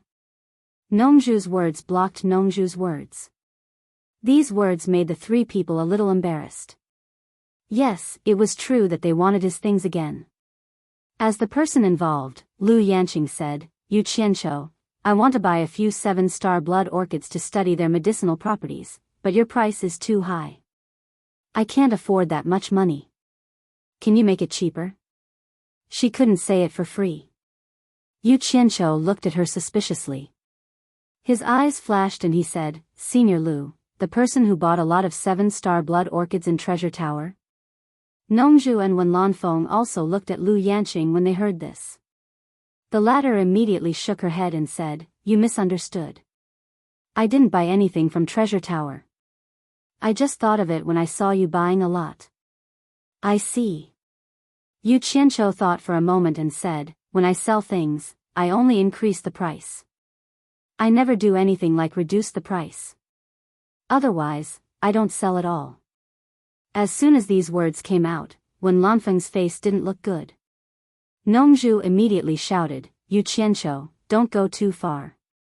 It's already a great honor for the master of Lingfang Valley to ask for your help. Don't get greedy for money."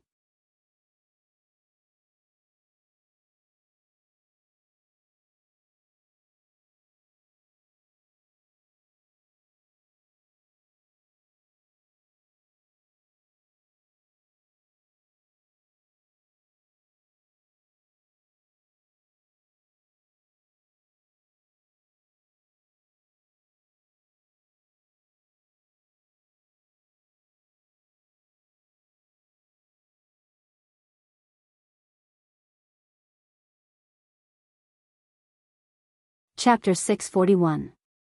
Yu Qianqiu rolled his eyes and said, "Why are you in such a hurry? Did I say I want money?" Ignoring Nongzhu's astonishment, he asked Lu Yanqing, "Senior Lu, how many do you need?"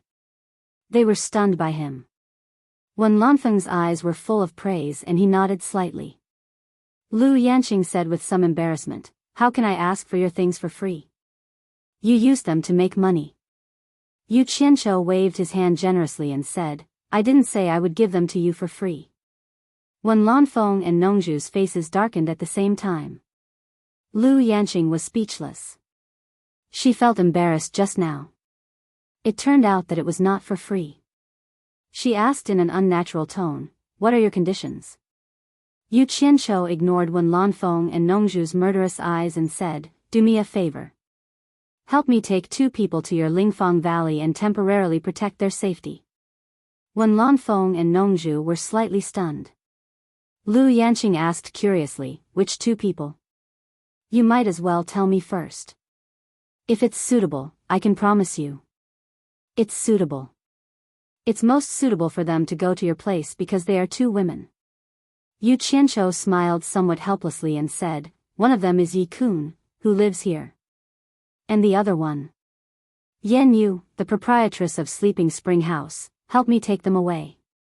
Wen Lanfeng was finally relieved when he heard that it was two women. But he asked curiously, Yi Kun is reasonable. What's the relationship between you and Yan Yu? Why do you want to take her away? Yu Qianqiu shook his head and smiled bitterly. Niu Yud has something to do and left. I was entrusted by Niu Yud to protect her temporarily. Oh. So that's it. Wen Lanfeng believed it. But Nongzhu and Lu Yanqing, who understood that Yu Qianqiu was Niu Yud, looked at each other and knew what was going on. Okay, I promise you. Lu Yanqing nodded. Thank you, senior. Yu Qianqiu thanked him first and then frowned, but I'm worried that Yan Yu doesn't want to go. I'll have to trouble you to tell her that it's Niu Yud's idea.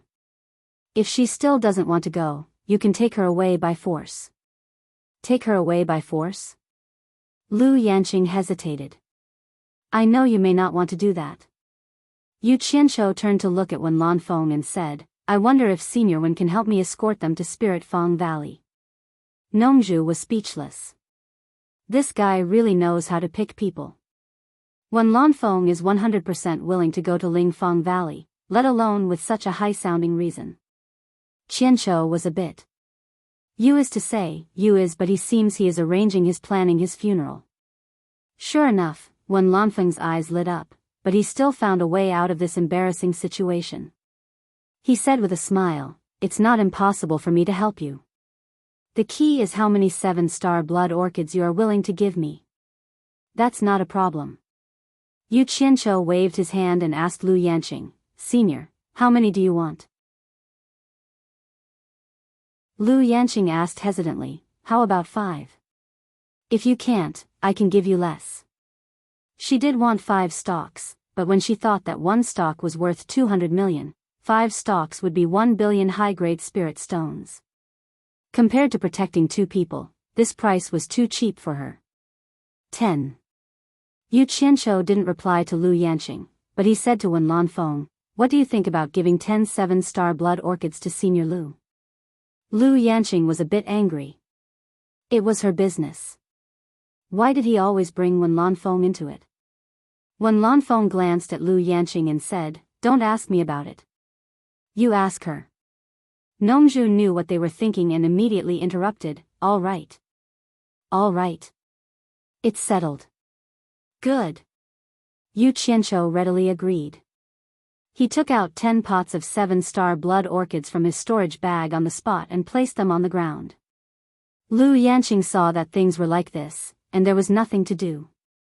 She put away the 10 pots of blood orchids.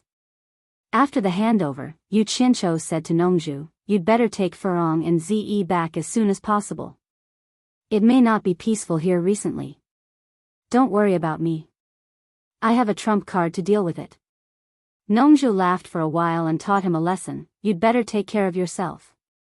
This time you made Hu Changshu lose face in front of all the heroes in the world.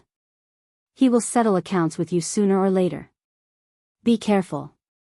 Seeing that he was so confident, Yu Qianqiu was silent for a little and then said to the 3, I won't bother you anymore. I have something to do. I have to go to the Ice Palace's shop. Nongzhu exclaimed, what are you going to do there? The hatred of the second disciple of the Ice Palace has always been on your head. Do you want to die? Humph. Yu Qianqiu said arrogantly, although his cultivation is high, I'm afraid it's not so easy to kill me. Don't worry. He can't kill me. Then he turned around and left. Don't be so arrogant. Be careful.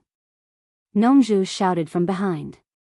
In the main hall of the Dark Nether Palace, the noble and cold Lady Blackpool walked slowly in the hall with her long dress trailing behind her. Her eyes were flickering for a long time. Suddenly, she waved her sleeve and turned into a ball of black light. She flew out of the palace and directly flew to the highest peak protected by the 5 peaks.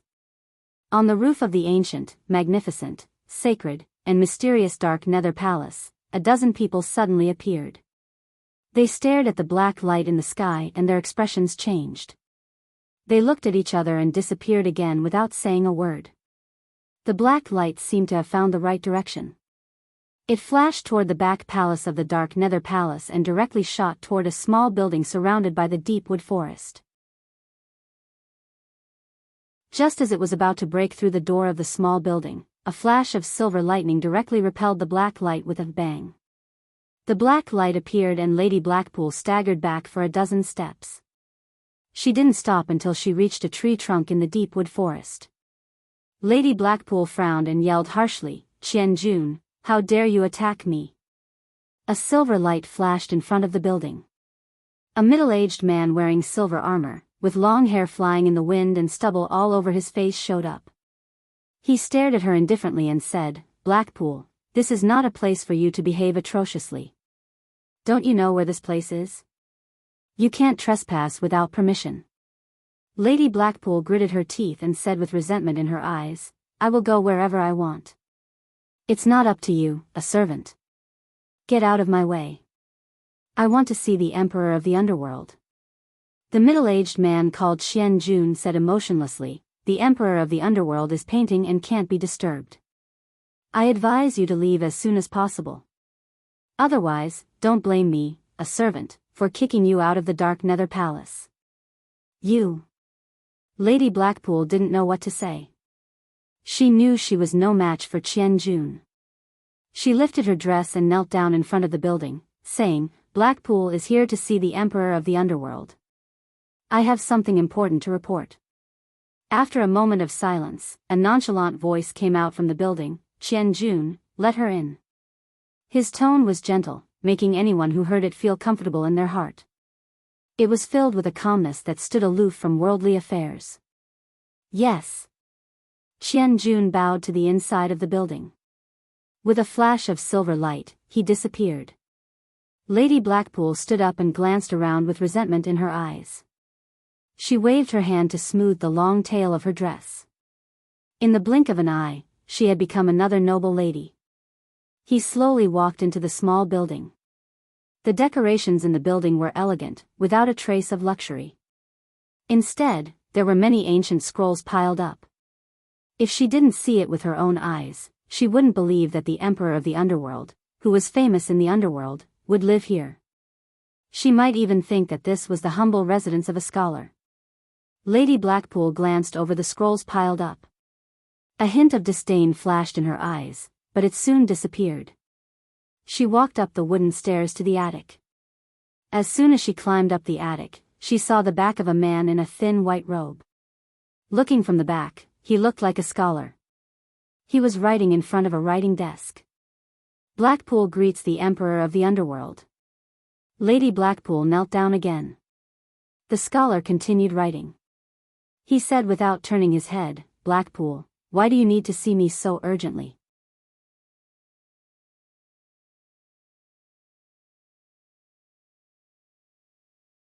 He looked like a harmless scholar, but no one could imagine that he was the Emperor of the Underworld, the ruler of the Underworld.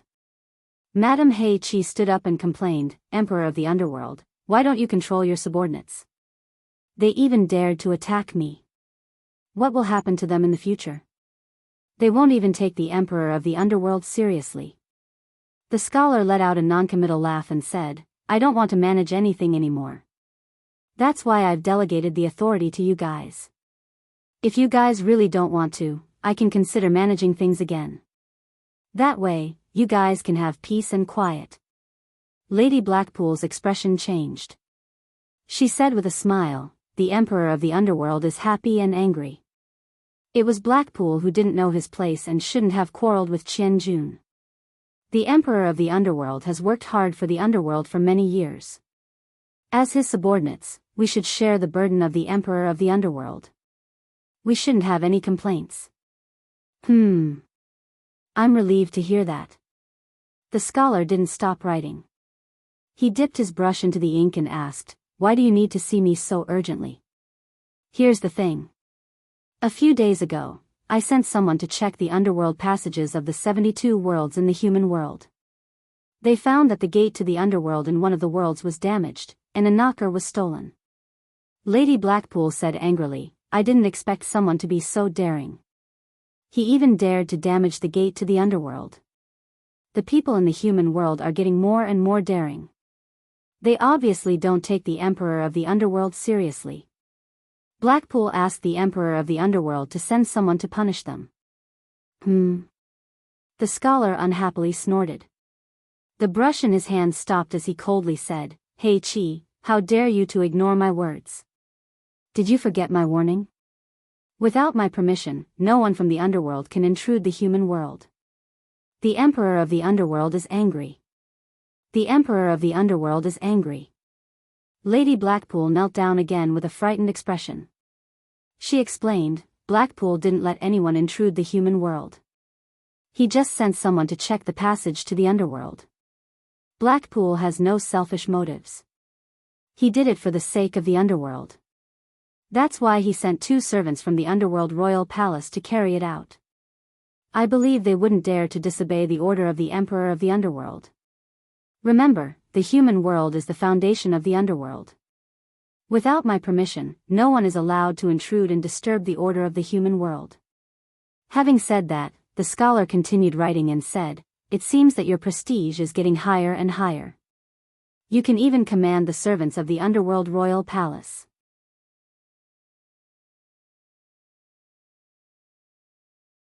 Chapter 642. Though he said it casually, every word was sharp and penetrating. Madame Blackpool was frightened, not knowing if the underworld emperor was just saying it casually or if he meant it.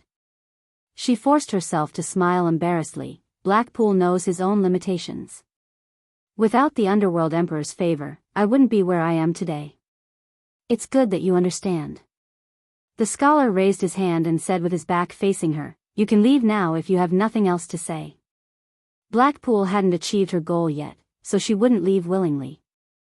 She gritted her teeth and pulled off the black silk tied around her waist. She shook her shoulders slightly, and the black gauze on her royal dress slid off her shoulders, exposing her snow-white and plump body to the air. Madame Blackpool stood up slowly and walked out from the pile of black gauze, walking to the back of the scholar. She wrapped her arms around the scholar's waist and said while twisting her body, Blackpool hasn't served the underworld emperor for a long time. Wait a moment. As you wish. The scholar chuckled, his hand didn't stop moving.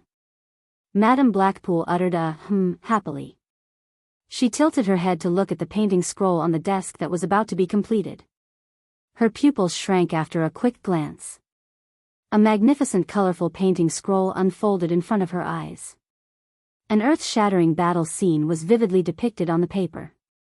The bloody, tragic, and exciting battle was depicted with the tip of the scholar's brush. Countless experts from both the immortal realm and the netherworld surrounded one person, and the person who was surrounded in the picture scroll was full of heroic spirit. He was like a god of slaughter, riding a vigorous red divine dragon into the sky and into the ground, controlling tens of thousands of golden rays as if he was invincible. Countless people were killed by him, turning into a rain of blood. In the painting, a man in white armor and a man in a golden robe had a terrifyingly high cultivation state. They were entangled with the man riding the dragon. When Madame Blackpool saw the man in white armor, her naked body stiffened a bit. She knew 6 of the 12 armored warriors behind the man in white armor. One of them was the silver-armored warrior who had defeated her in front of the small building.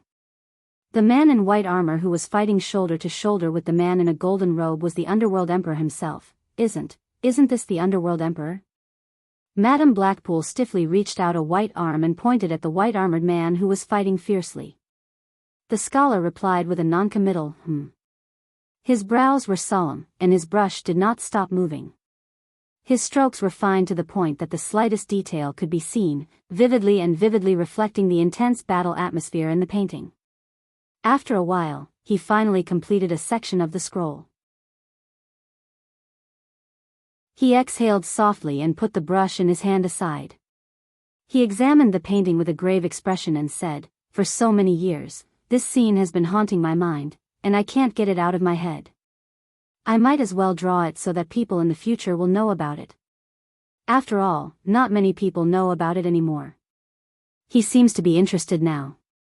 He looks back at Lady Blackpool's seductive body and raises his hand to touch her plump breasts. But Madame Blackpool seemed to be attracted by the content of the scroll. She pointed at the 12 armored warriors and asked, "Are these the 12 legendary underworld generals?" The scholar nodded slightly and said, "That's right. Unfortunately, 6 of my 12 beloved generals died in that battle. Among the remaining 6, black armor died in the war. The army of the dark underworld that you took over is his former subordinate. Now, only the silver armor warrior and the other 4 are left. Silver armor warrior is my personal guard, and he has been guarding the underworld royal palace. The other 4 are the masters of the other 4 palaces on the underworld Emperor Mountain. They are my brothers who have followed me to conquer the world. So, I have to warn you. Don't ever let me hear you call them slaves again. Otherwise, I don't mind destroying your cultivation and sending you to the endless dark sea to be a laborer." Blackpool shuddered. No wonder these 5 guys always looked down on her. They were the 12 legendary underworld generals of the underworld. But so what? The legend would be replaced one day.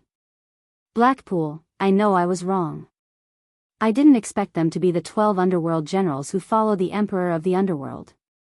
I thought the 12 underworld generals had died a long time ago. Madame Blackpool twisted her body in the scholar's arms.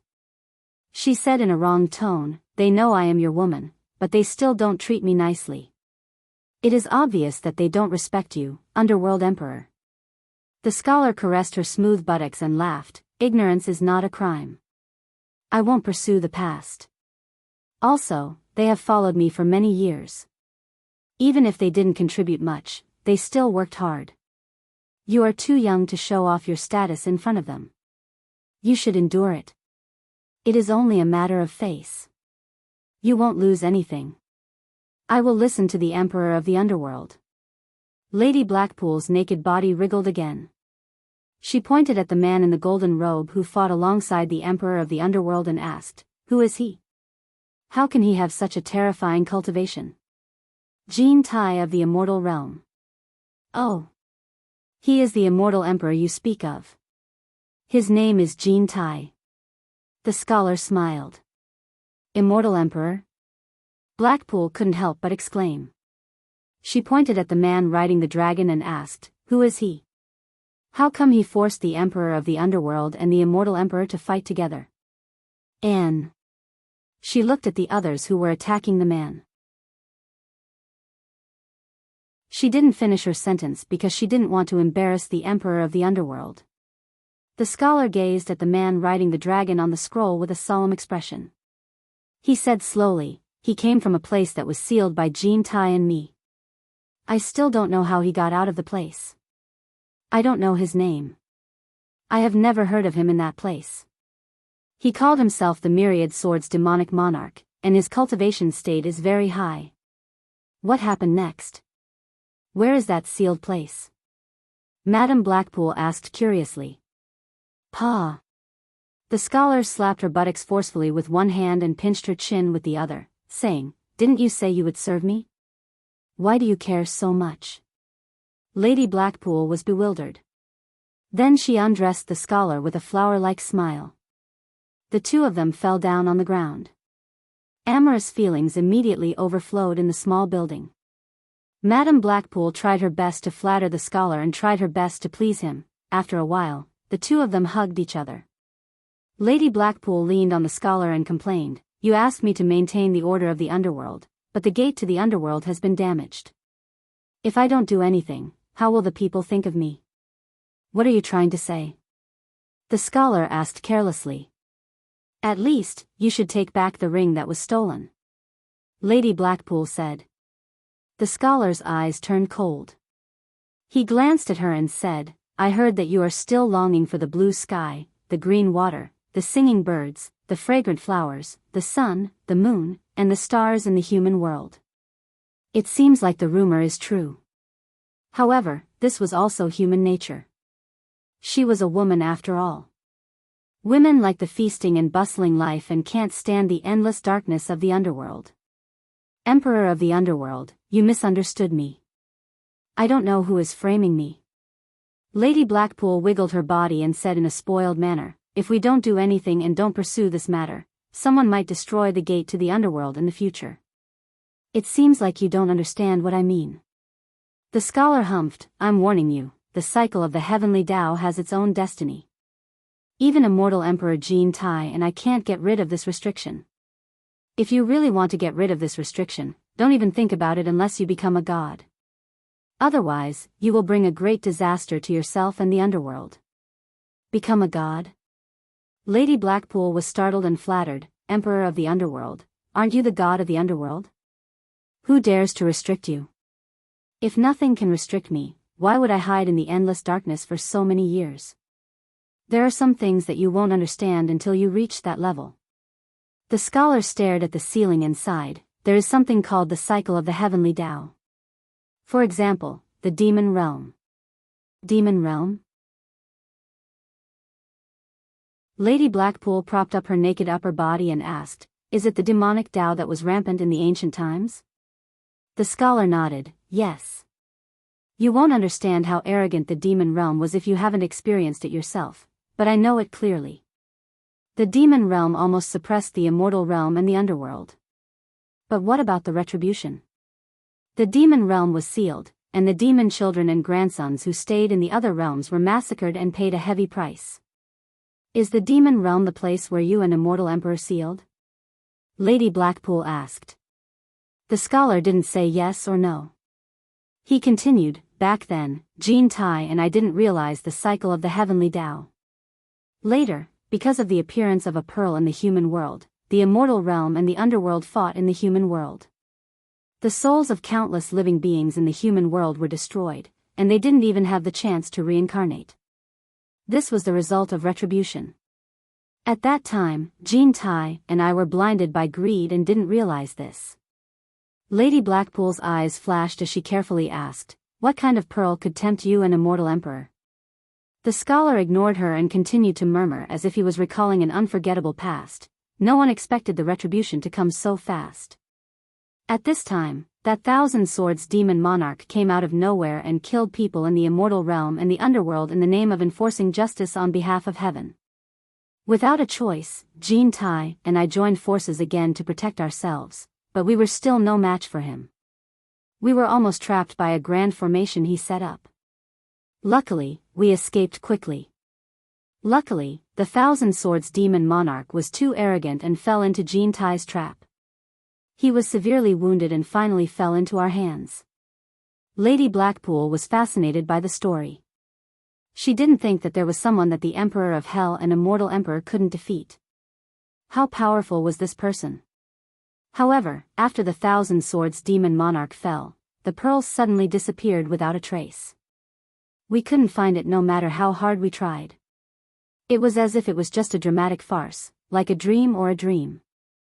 After waking up from the dream, Jean Tai and I looked back at the devastated human world and were shocked. We didn't know how many living beings were killed by this farce. At this time, the heavenly Tao warned us. The entire human world was covered in dark clouds. Countless powerful golden thunderbolts struck and chased after Jean Tai and me.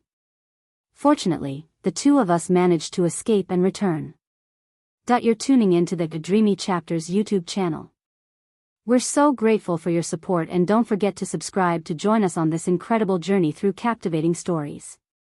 Your generosity through donations truly makes a world of difference, as it's the primary source of revenue that allows me to expand and enhance this channel for you. Thank you from the bottom of my heart for being a part of this adventure.